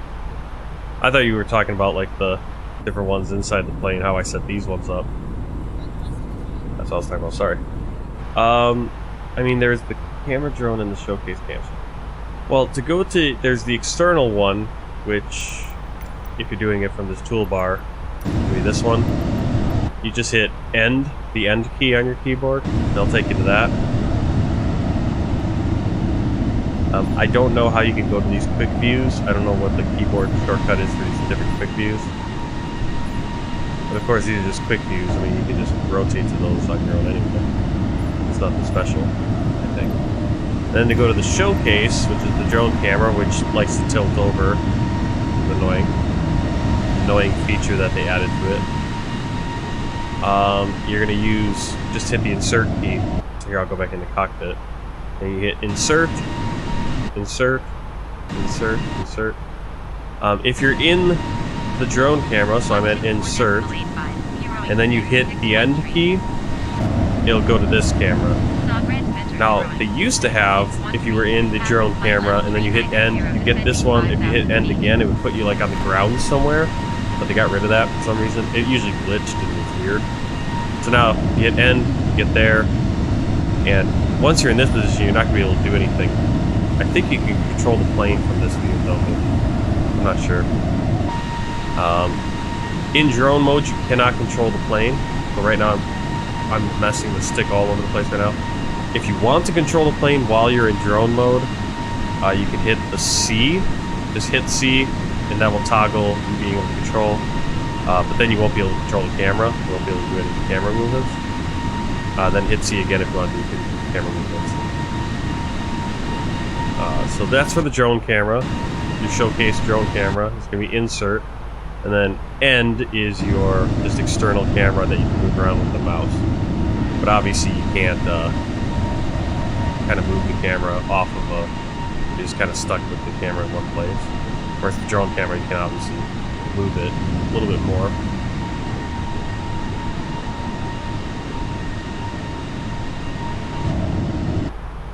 And then what I was talking about, I was kind of getting into, was I was talking about how you can set up if you want to have custom cameras in your plane.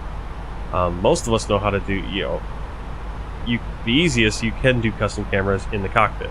Obviously, because you're stuck in the cockpit, you can do Shift, Control, Alt, and set up a custom camera, wherever you want to do with it, right? You want to be way up here, you want to do different stuff.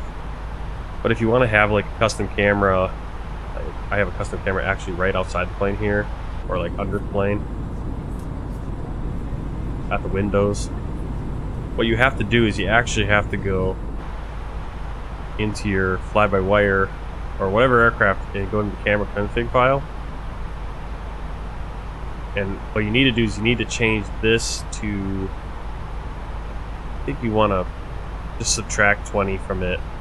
And what that's going to do is it's going to switch where your main point of view is. So right now,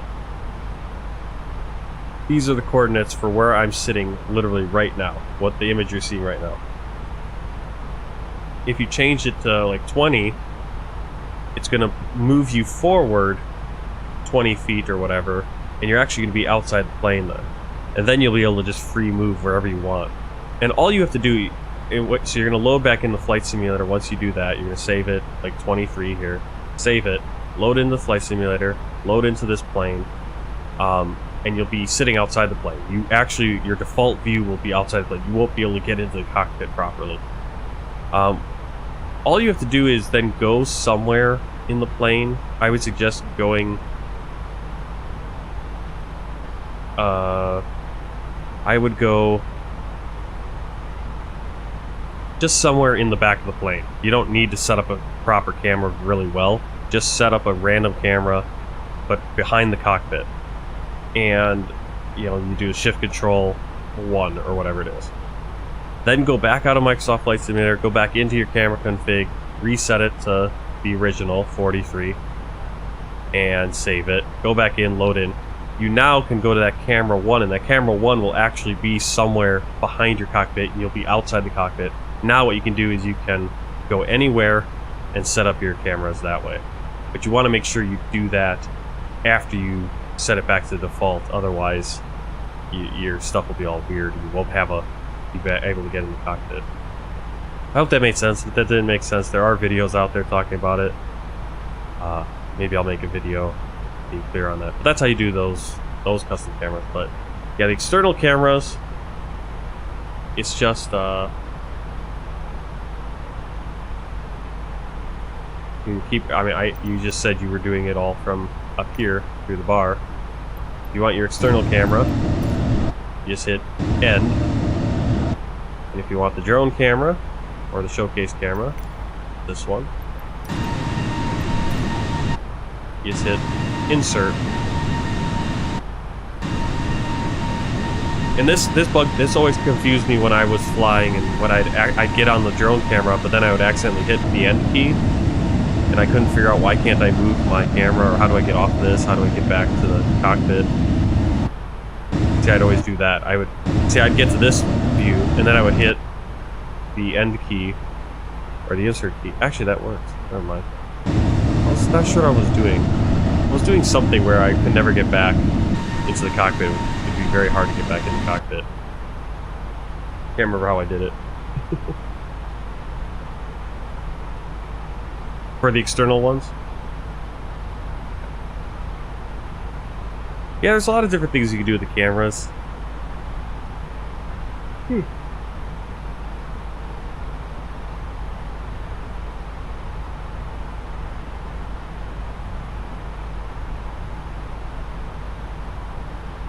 Alright. About time for me to go to bed, even though I need to go to bed during the daytime, though. I need to get up in the evening on Monday evening to go to work. Oh well. Alright, let's see. I want to make a fix here. I know when to start sending. I'm gonna go to Navigraphs.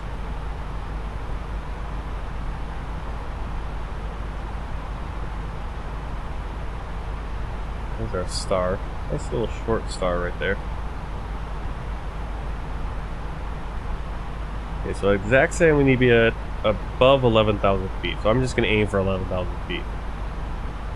Exact same.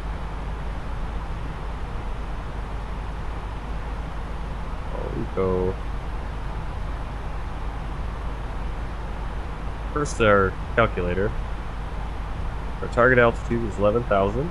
So 88 miles before, do a 3-degree descent.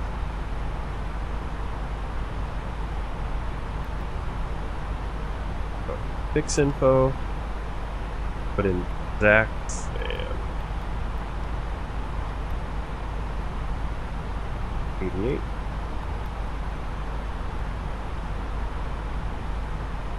Zoom out, you can see there will be a little blue circle.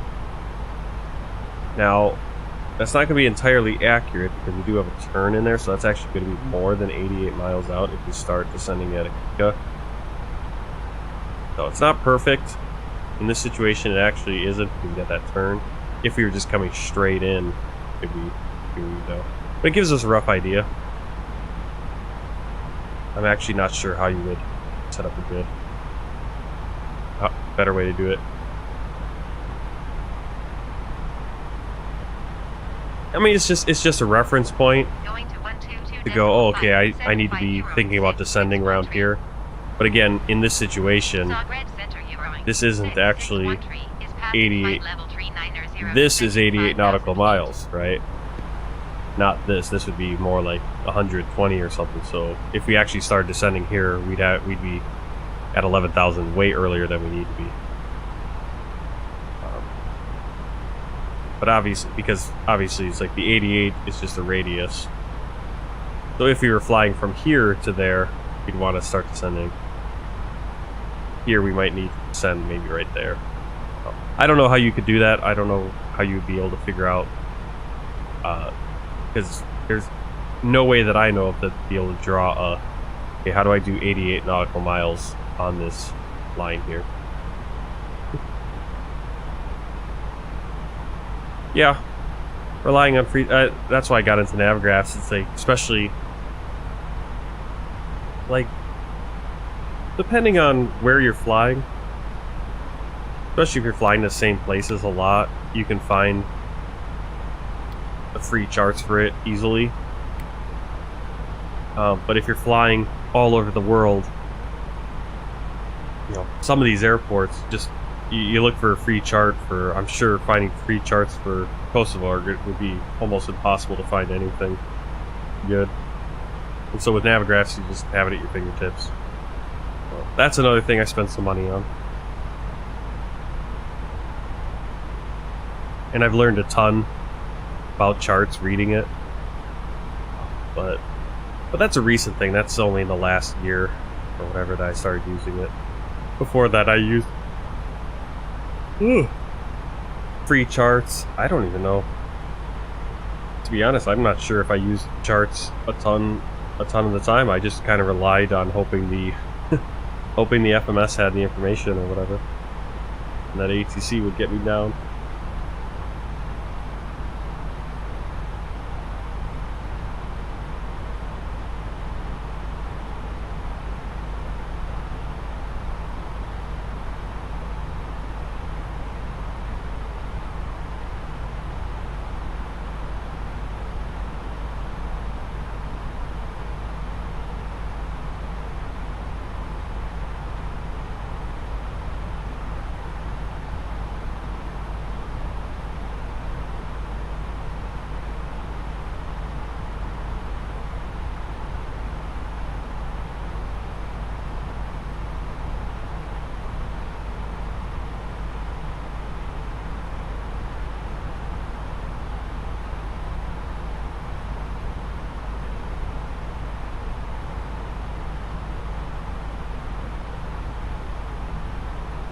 Big light in the front of us. That's gonna be Sarajevo, Bosnia Herzegovina.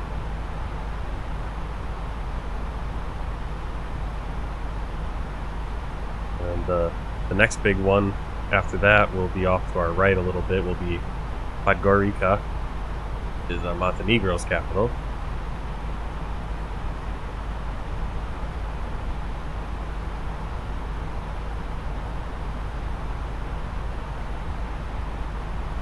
Where am I flying at? Next flight, which will be Friday evening probably, is going to be Pristina up to Zurich. So we're going to be flying to Switzerland again. So I think, and that'll be a day flight. So we'll be able to see this area in the daylight. We'll be able to see the mountains and the hills and everything. But it's always nice to do a night flight every once in a while. I don't love doing night flights just because there's not a ton to see at night, but I do like the night flights for the night lights and all that stuff, but sometimes it gets a little boring on cruise because there's not as much to see. Even though Microsoft Flight Simulator does a great job of doing the night lights there.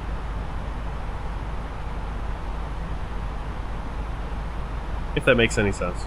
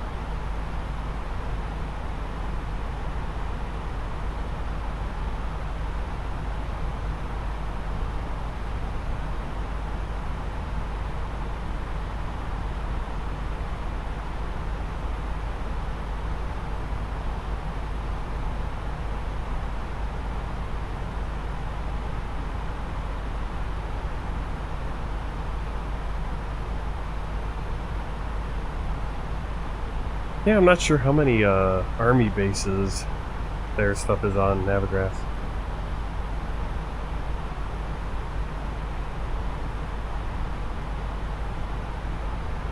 I could check.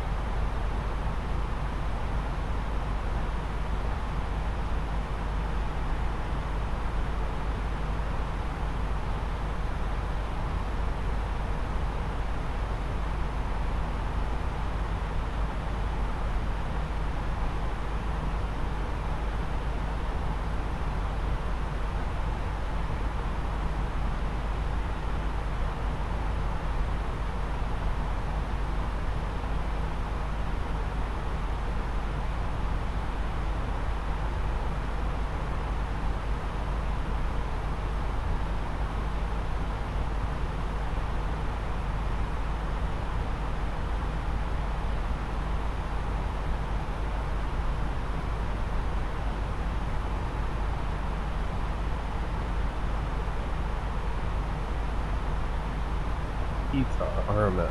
Let me see.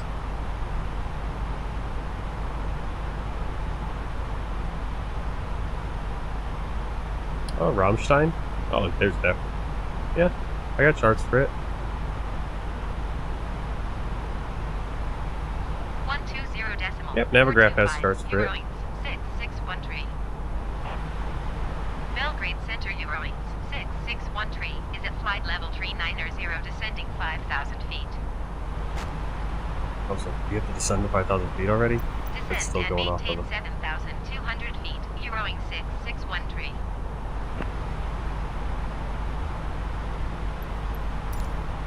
Do you really need to descend on anything?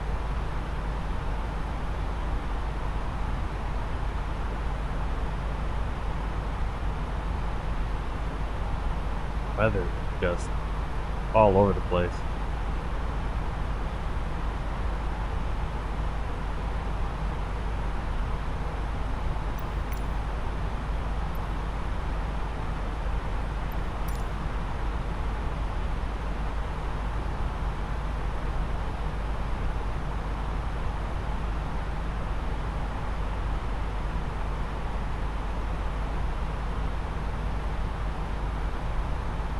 Yeah, that's gonna be fun. Yeah, all the different the military planes, especially the cargo ones, big old transport planes.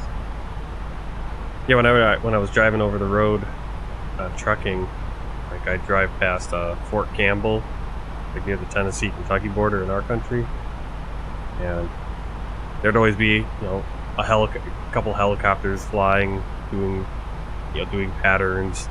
You know, a cargo plane coming in, flying low, right over the truck stop, wherever. You get a cool look at some of the planes. You see all these little towns with these bright lights. I feel like there's too much lighting in some of these. I don't know. All these, kind of in these hills, these mountains. Looks like there's a lot of snow.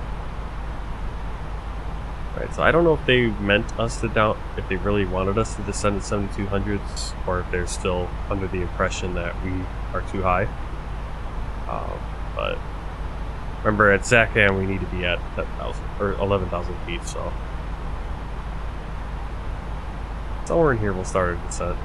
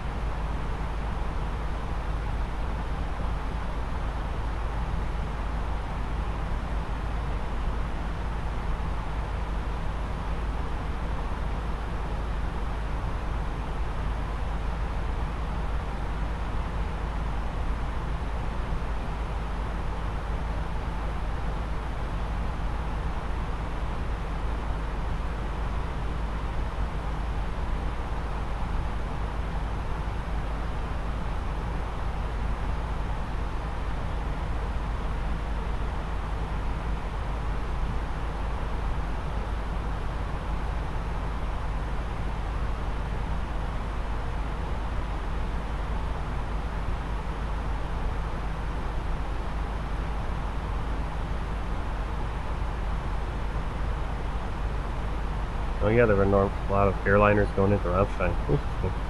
I didn't know that. I suppose because they were not regularly scheduled flights.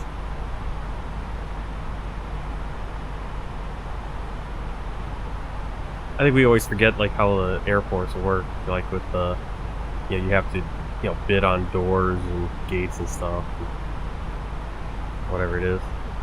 So if you don't have a gate at that airport, they're not going to let you. You can't really just make up a route to go there, typically.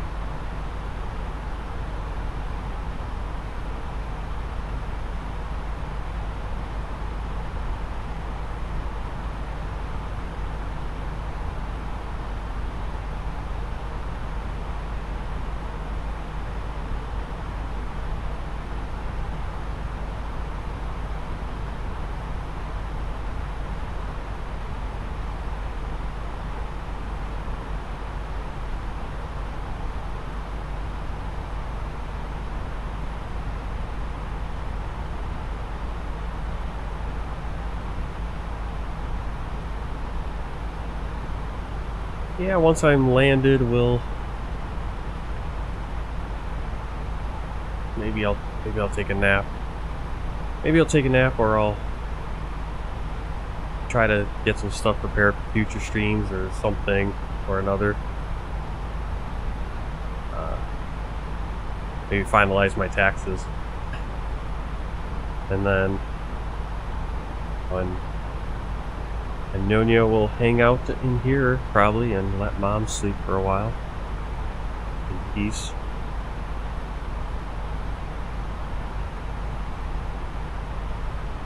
Watch YouTube videos or something. Nice thing about flying at night is we get to see the lights of the planes. All the other traffic around. Traffic on the left, traffic on the right. Actually, is it not showing up on?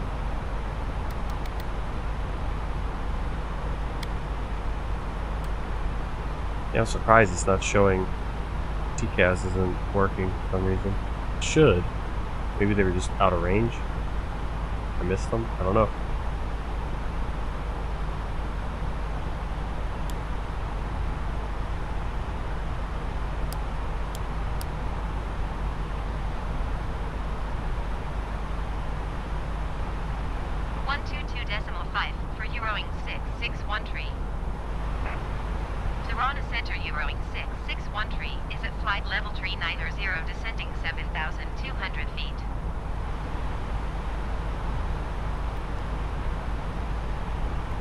I'm going to get my metadata. I can't remember what airport that is. Anyway. Yeah, sometimes you have to fill these all in. Sometimes they are in automatically. For some reason today, we don't have our departure airport, which we really don't need at this point, so that's okay.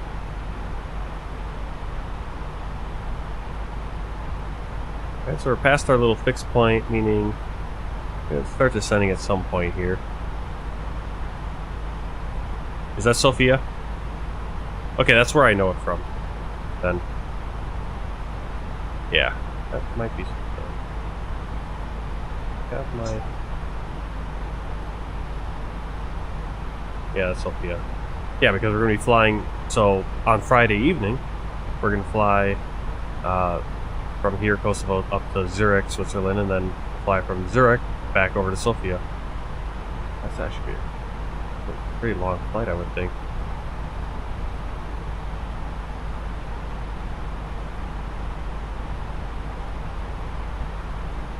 That should be a good time.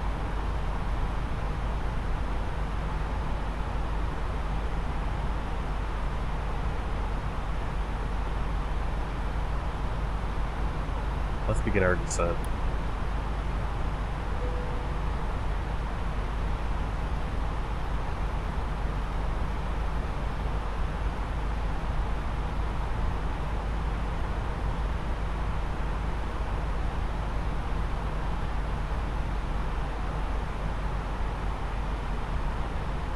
company message.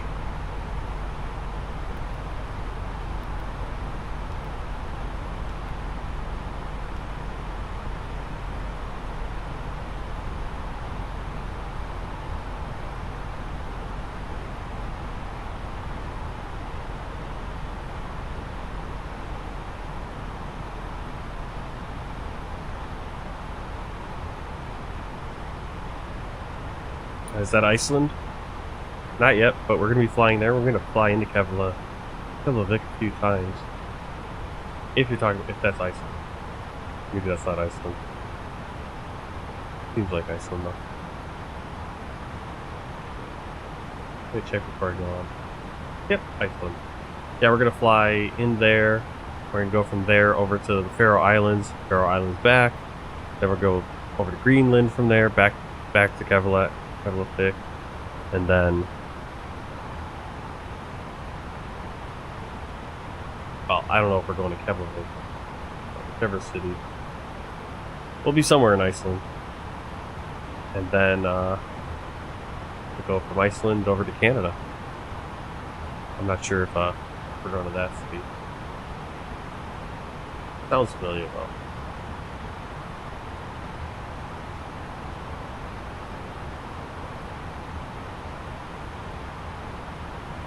Print this off. Performance page. 134. Q&H.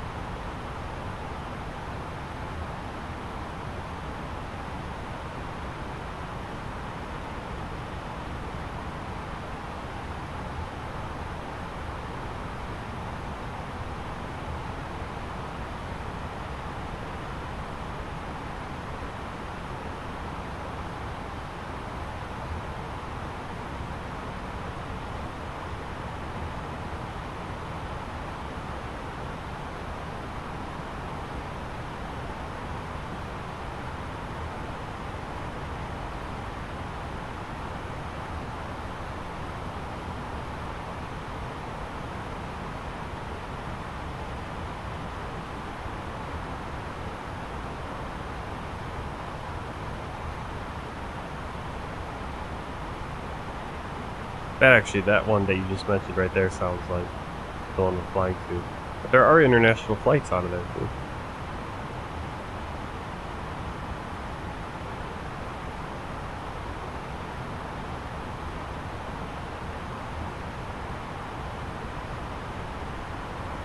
Yeah, Reykjavik is the capital.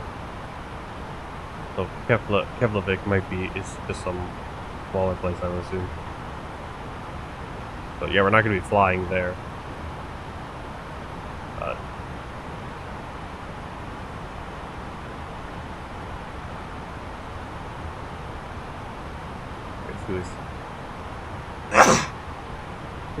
Basically the same area, right? Looks like it. Pretty close. When will I be flying to Nicaragua?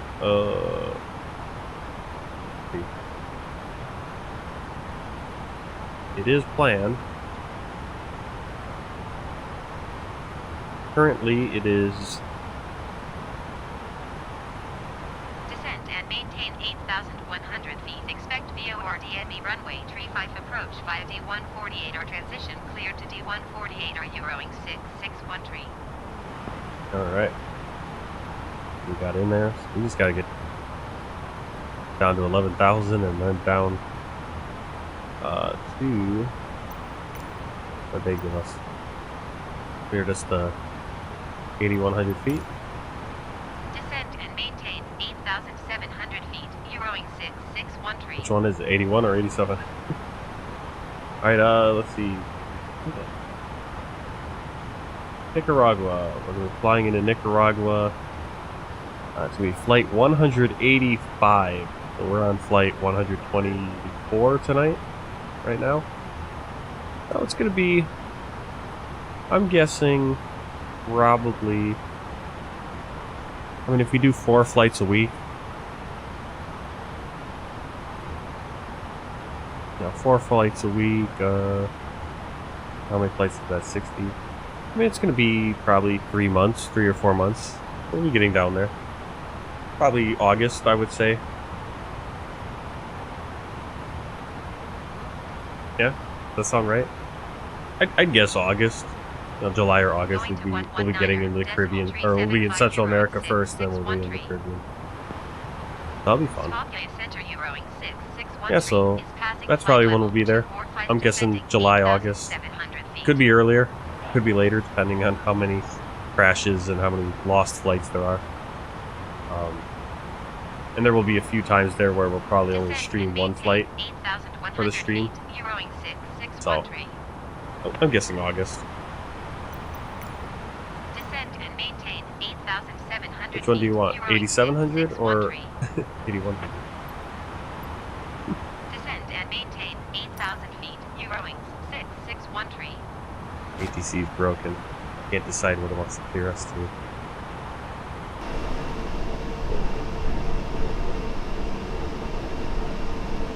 I guess I didn't really think about like when I was going to get to those flights, but now looking at it, it's not that far out actually.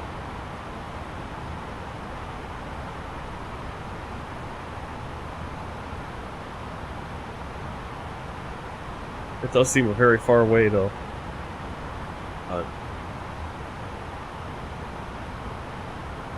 60 flights from now.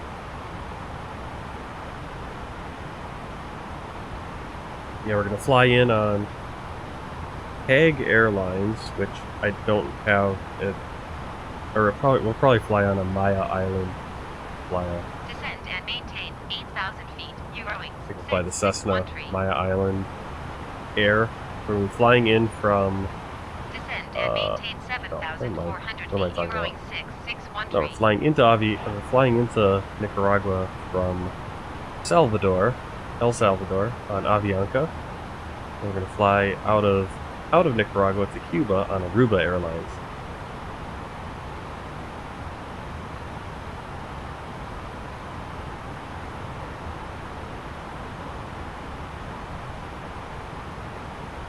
Descend and maintain 8,000 feet. Eurowings 6613. Alright, so this Descend and maintain has got to be Pristina right there, I would think. Eurowings 6613. Oh no, that's Skopje. Descend and maintain 6,500 feet. Skopje, that's the Eurowings capital of North 6613. Macedonia, actually. Where we've flown before. Descend and maintain 6,200 feet. Eurowings Probably up there somewhere. 6613.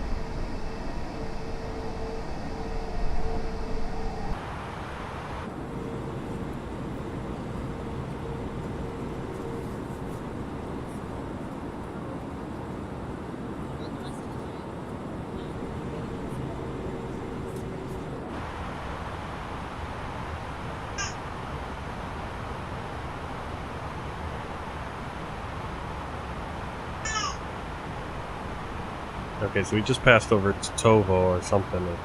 Come on, Jane. That's Skopje over there.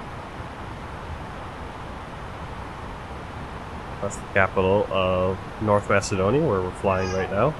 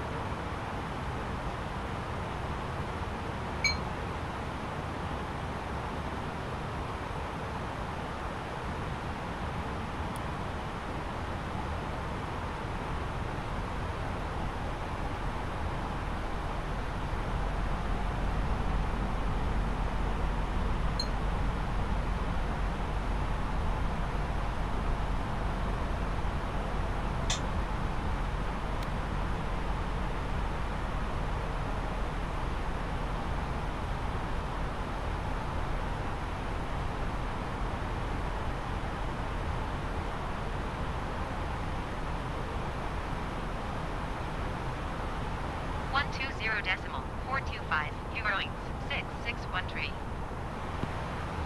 Belgrade Center Euroing 661 is at 11,600 feet, descending 6,200 feet. Keep speed not above 185 knots Euroing 661.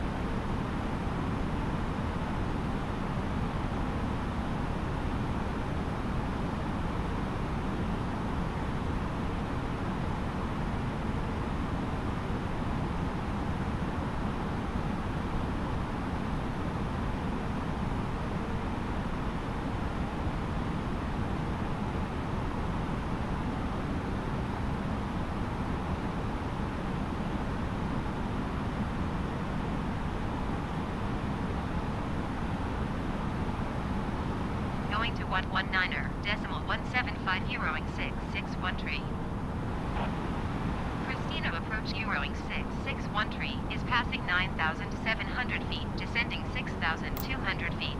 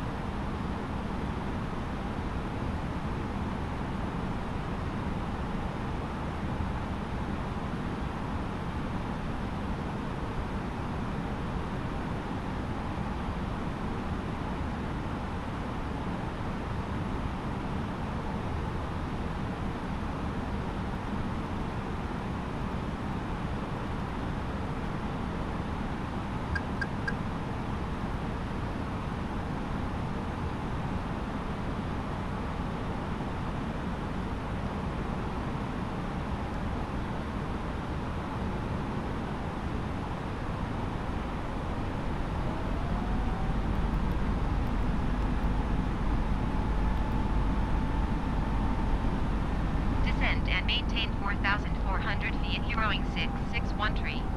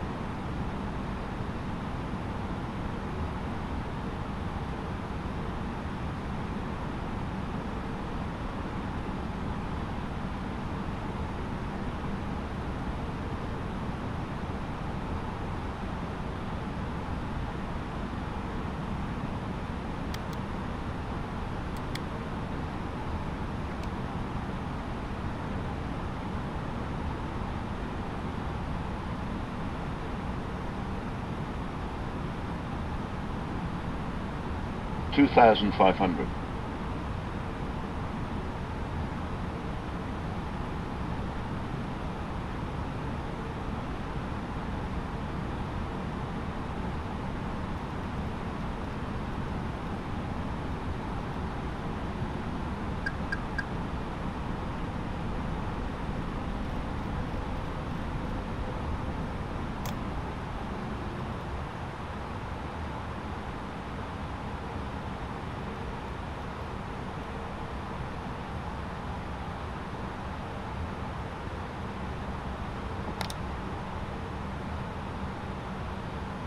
Tower on 120.125 Eurowing 613.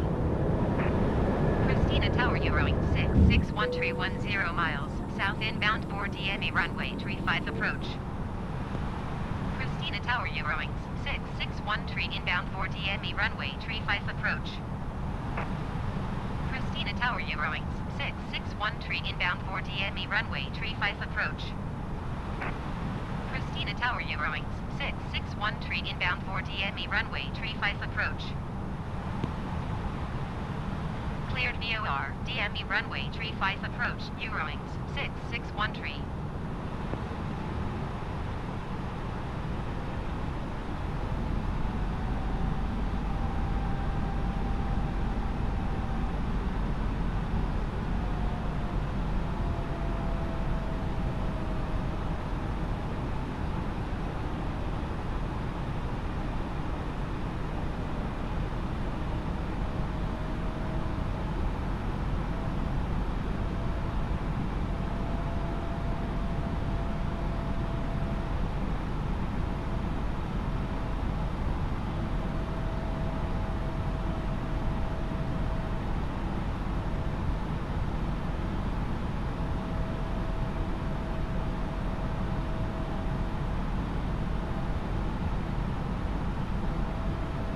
Clear to land runway 35, Eurowing 613.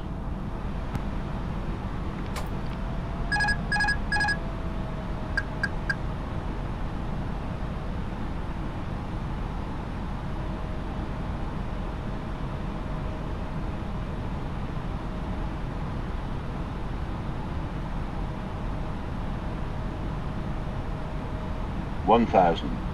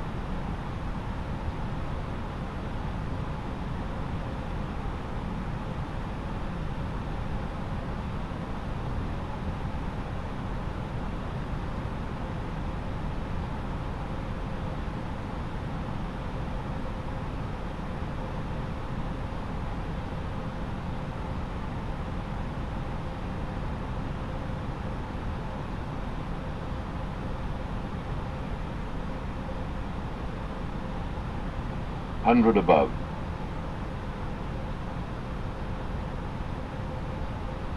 Thanks, touch the 500. clouds. Yeah, I got some rest, but then I got some more rest in the afternoon. Minimum. I'm tired again. So it's really weird. I think I'm too shallow here. 400.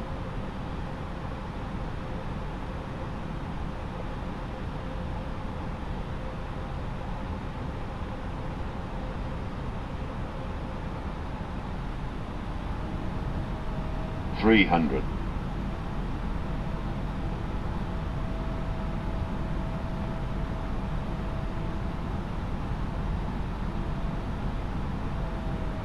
$200.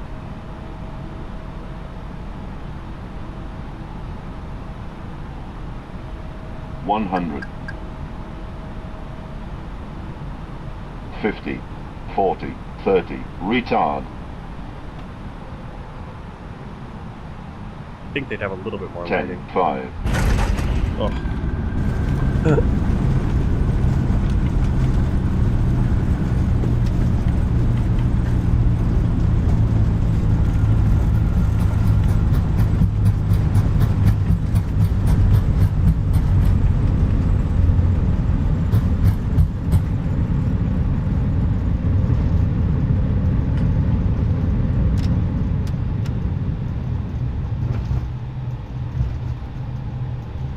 Can't see anything. Am I on the center of the runway?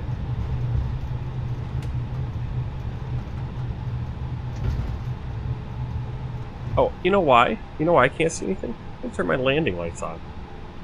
Look how much easier it would have been if I had my landing lights on. There you go. That's why. Oh my goodness. This is why you have checklists.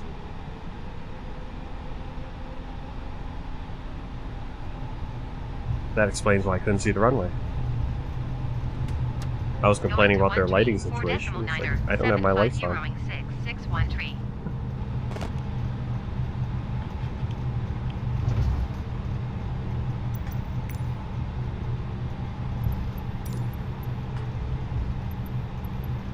Pristina ground Eurowings 661 taxi to the gate.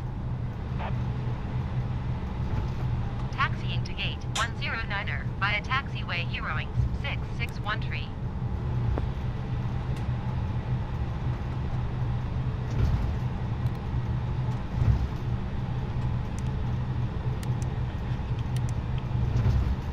So I had that crappy little landing there because I didn't turn my landing lights on. Good job. Well, maybe Eurowings doesn't land with their lights on, I don't know. I've been forgetting my landing lights lately. Wondering why it was so dark. It's like I'm like, why is it? I don't know. I can't see the markings at all on this runway.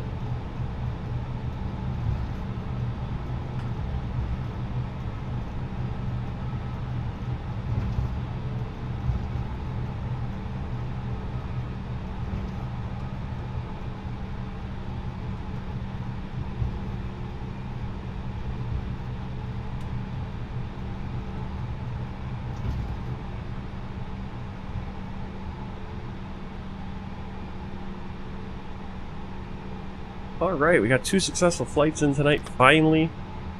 Set the parking brake. CPU on.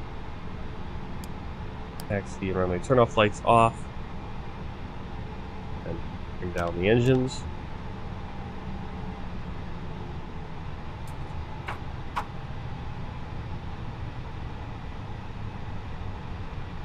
That way.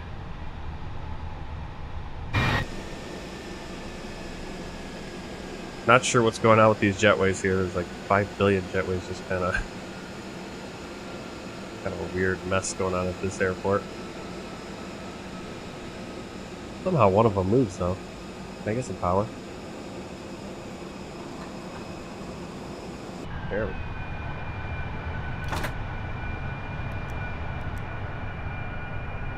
Okay, beacon light off, seatbelt signs off, passengers can deboard. Turn off our fuel pumps. And navigation. Roxy's light come off.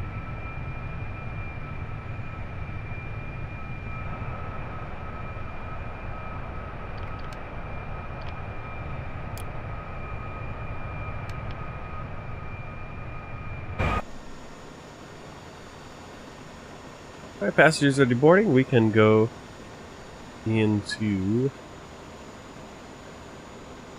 Where am I going? What do I want? Bring up Atlanta and review the flight. The flight and view it.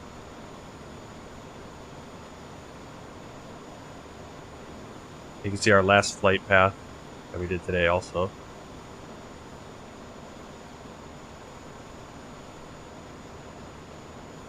And we talked about earlier the reason we have to do this go around because Kosovo does not allow flights in from the north from Serbia. See that dotted line there because it is still a dispute over Kosovo's independence. We landed.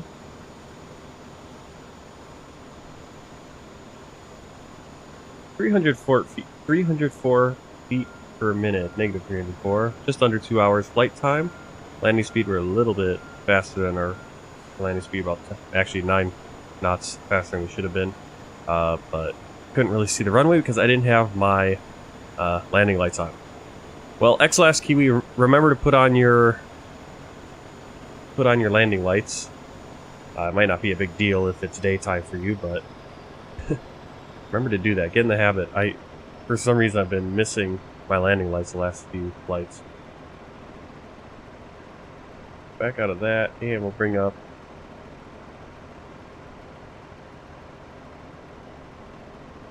our world map for the world tour.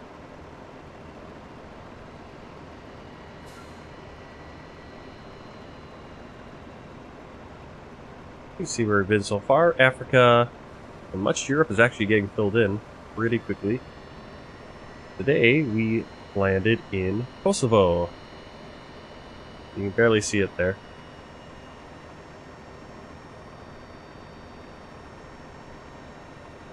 There's Kosovo. Go.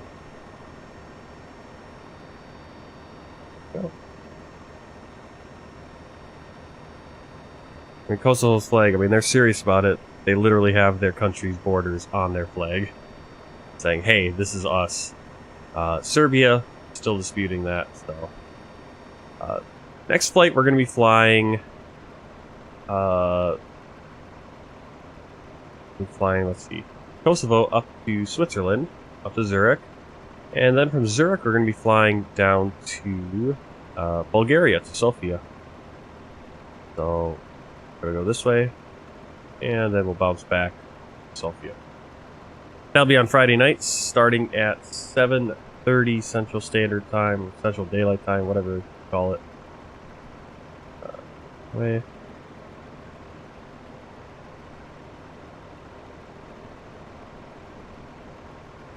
Passengers should be deboarded.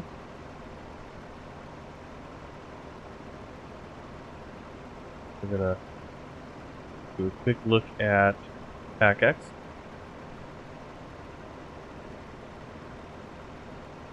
And we're very slightly ahead of schedule, and the comments look like they're pretty positive. Except for this one, who wish they didn't have that extra shot of rum, but that's not my fault. That's your fault for getting our localized names. We had a Wenzel on a flight from Hungary to Germany, but I don't see one on this one.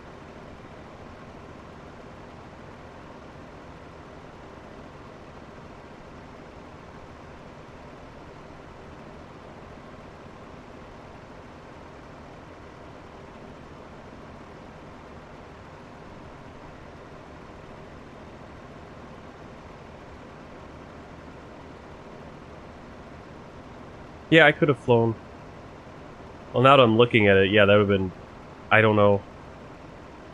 It probably would have made sense to go down to Nice, and then I could have gotten Monaco that way. But the way I have it planned out, we'll get there.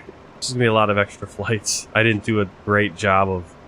I literally spent probably 3 days trying to figure out how I can do the Caribbean and Central America efficiently, so I'm not having it, really bouncing around really weird. But I didn't do that as well in Europe, so... Yeah, I could have flown down to Nice and then got Monaco and then probably flown out of there and gotten back over to Bulgaria and everything very easily, but I didn't do a great job planning everything out for Europe. So we're gonna have lots of interesting flights, and I think the point of it, the conceit, is to go to all these different countries, but it's also just a way for me to know to kind of have a plan to come up with flight plans. Because otherwise I'd be like, where should I fly next? What should I do, right? I'd end up flying, sometimes when I try to think what flight should I do in the United States, it's very hard for me to do domestic flights in the United States because I can never decide what flight I want to do, like where do I want to fly. And with this world tour, kind of like, okay, I got to get here and I got to get there, and so however we do it, it's not always going to be the most efficient, I guess, but yeah, long way to go. But actually, like Oriana was asking when we're going to get down to Nicaragua, and that's flight 183, so that's 59 flights from now, whatever.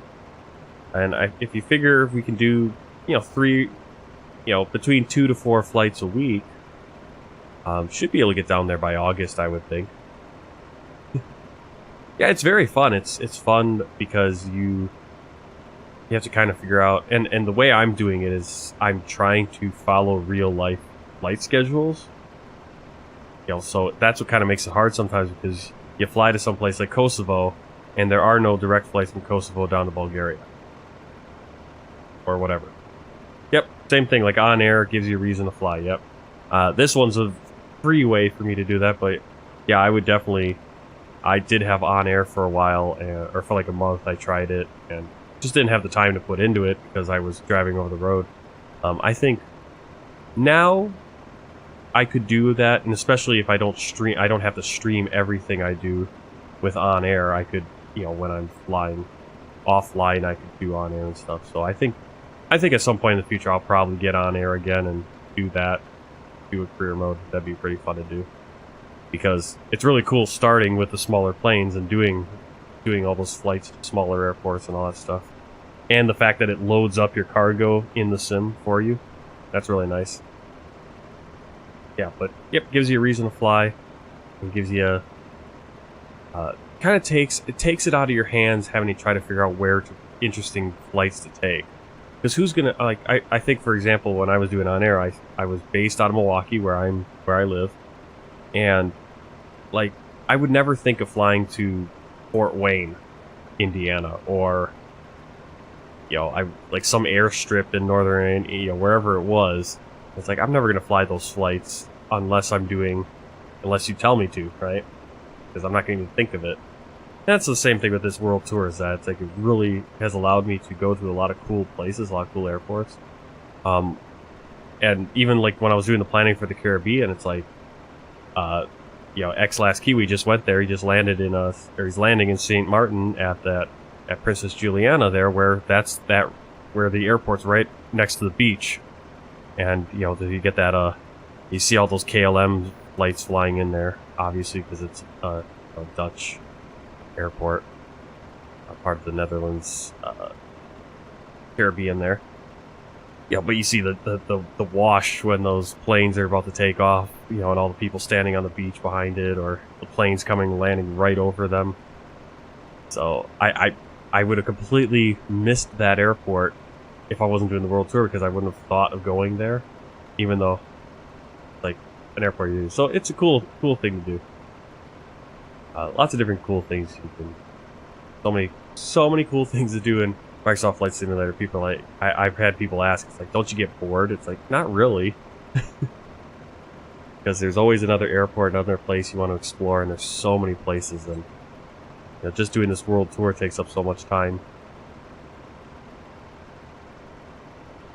cost me near $9,000 just to lease my 3 aircraft per week. That's not including maintenance and fuel and parking fees. Yeah. Like I said, it's like it's something you got to put some time into, because yeah, it's like you got the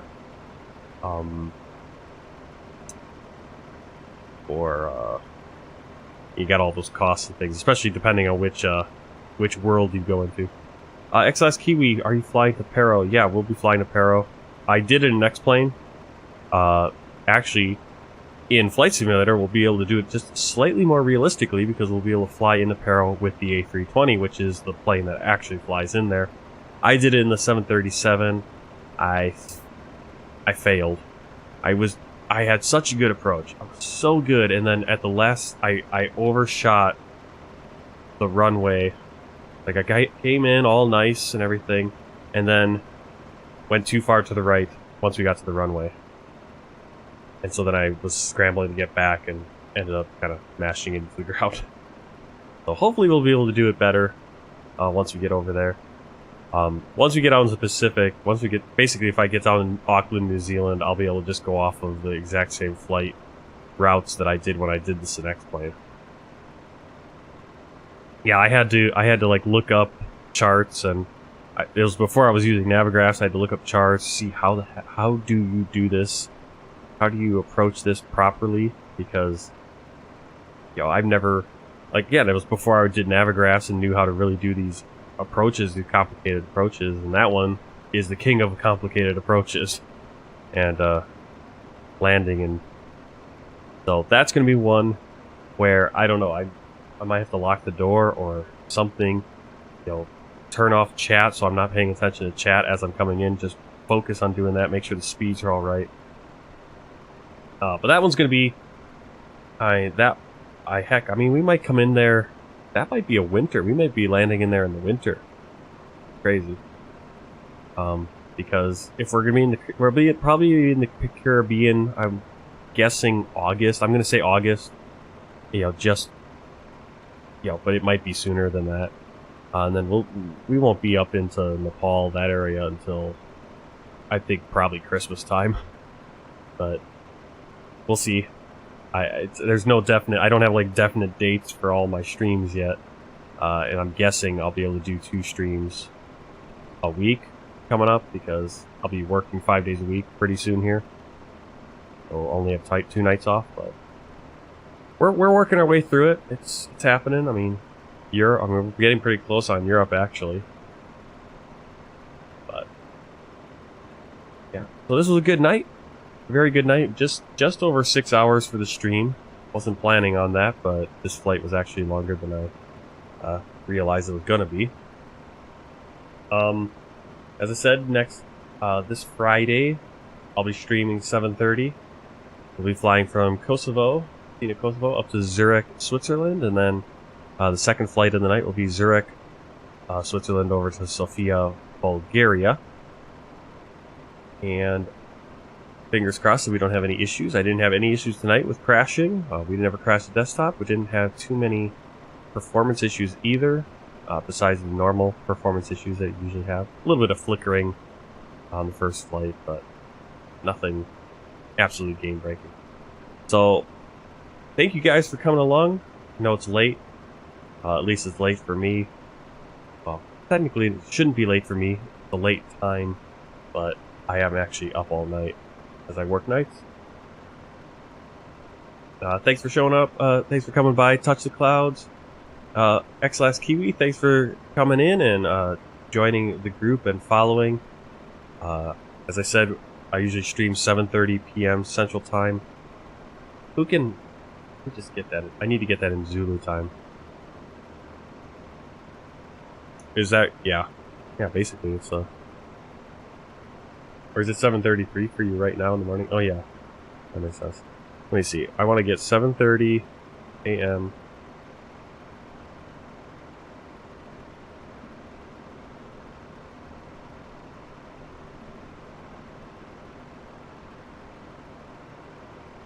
Are we in daylight time now? Yeah, I think we're in daylight time now. Yeah, so now we're 5 hours behind Zulu. Used to be 6. So we... 7:30. I just want to get it right for everyone. So I'm going to be streaming 7:30 p.m. I stream 7:30 p.m. on my nights off. That's 12:30 a.m. Zulu time. So I'll be streaming Friday evening 7:30. That'll be 12:30 Saturday morning. But yeah, time is confusing. So for you, Last Kiwi will be 1:30 in the morning when I start streaming, right? Yeah, that would be, because if it's 7:30 now, I started at 1:30 your time. So.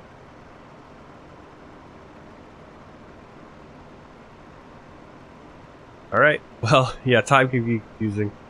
You know, just trying to get everyone on the same page. Yeah, that makes sense, because it used to be I was streaming at 1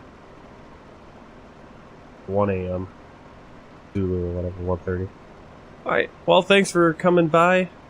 Let's try to wrap this up, otherwise we're just rambling. As I said, Friday, 7:30 p.m., 12:30 a.m. Zulu time on Saturday. Figure it out. I'll just go by 7:30 Central, and you guys can figure it out from there, your time. Hope to see you all here. It'll be Friday, my Friday evening, and then Sunday evening, possibly Saturday if I'm called off and don't have to work. And we might get 6 flights in this weekend. Alright, take care. Maybe I'll hit the raid button. We'll raid someone if you guys want to stick around and raid. But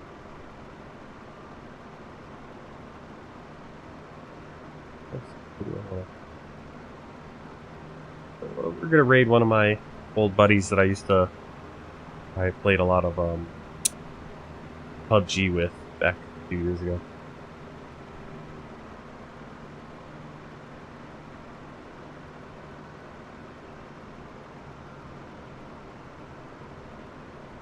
Alright, see you on Friday.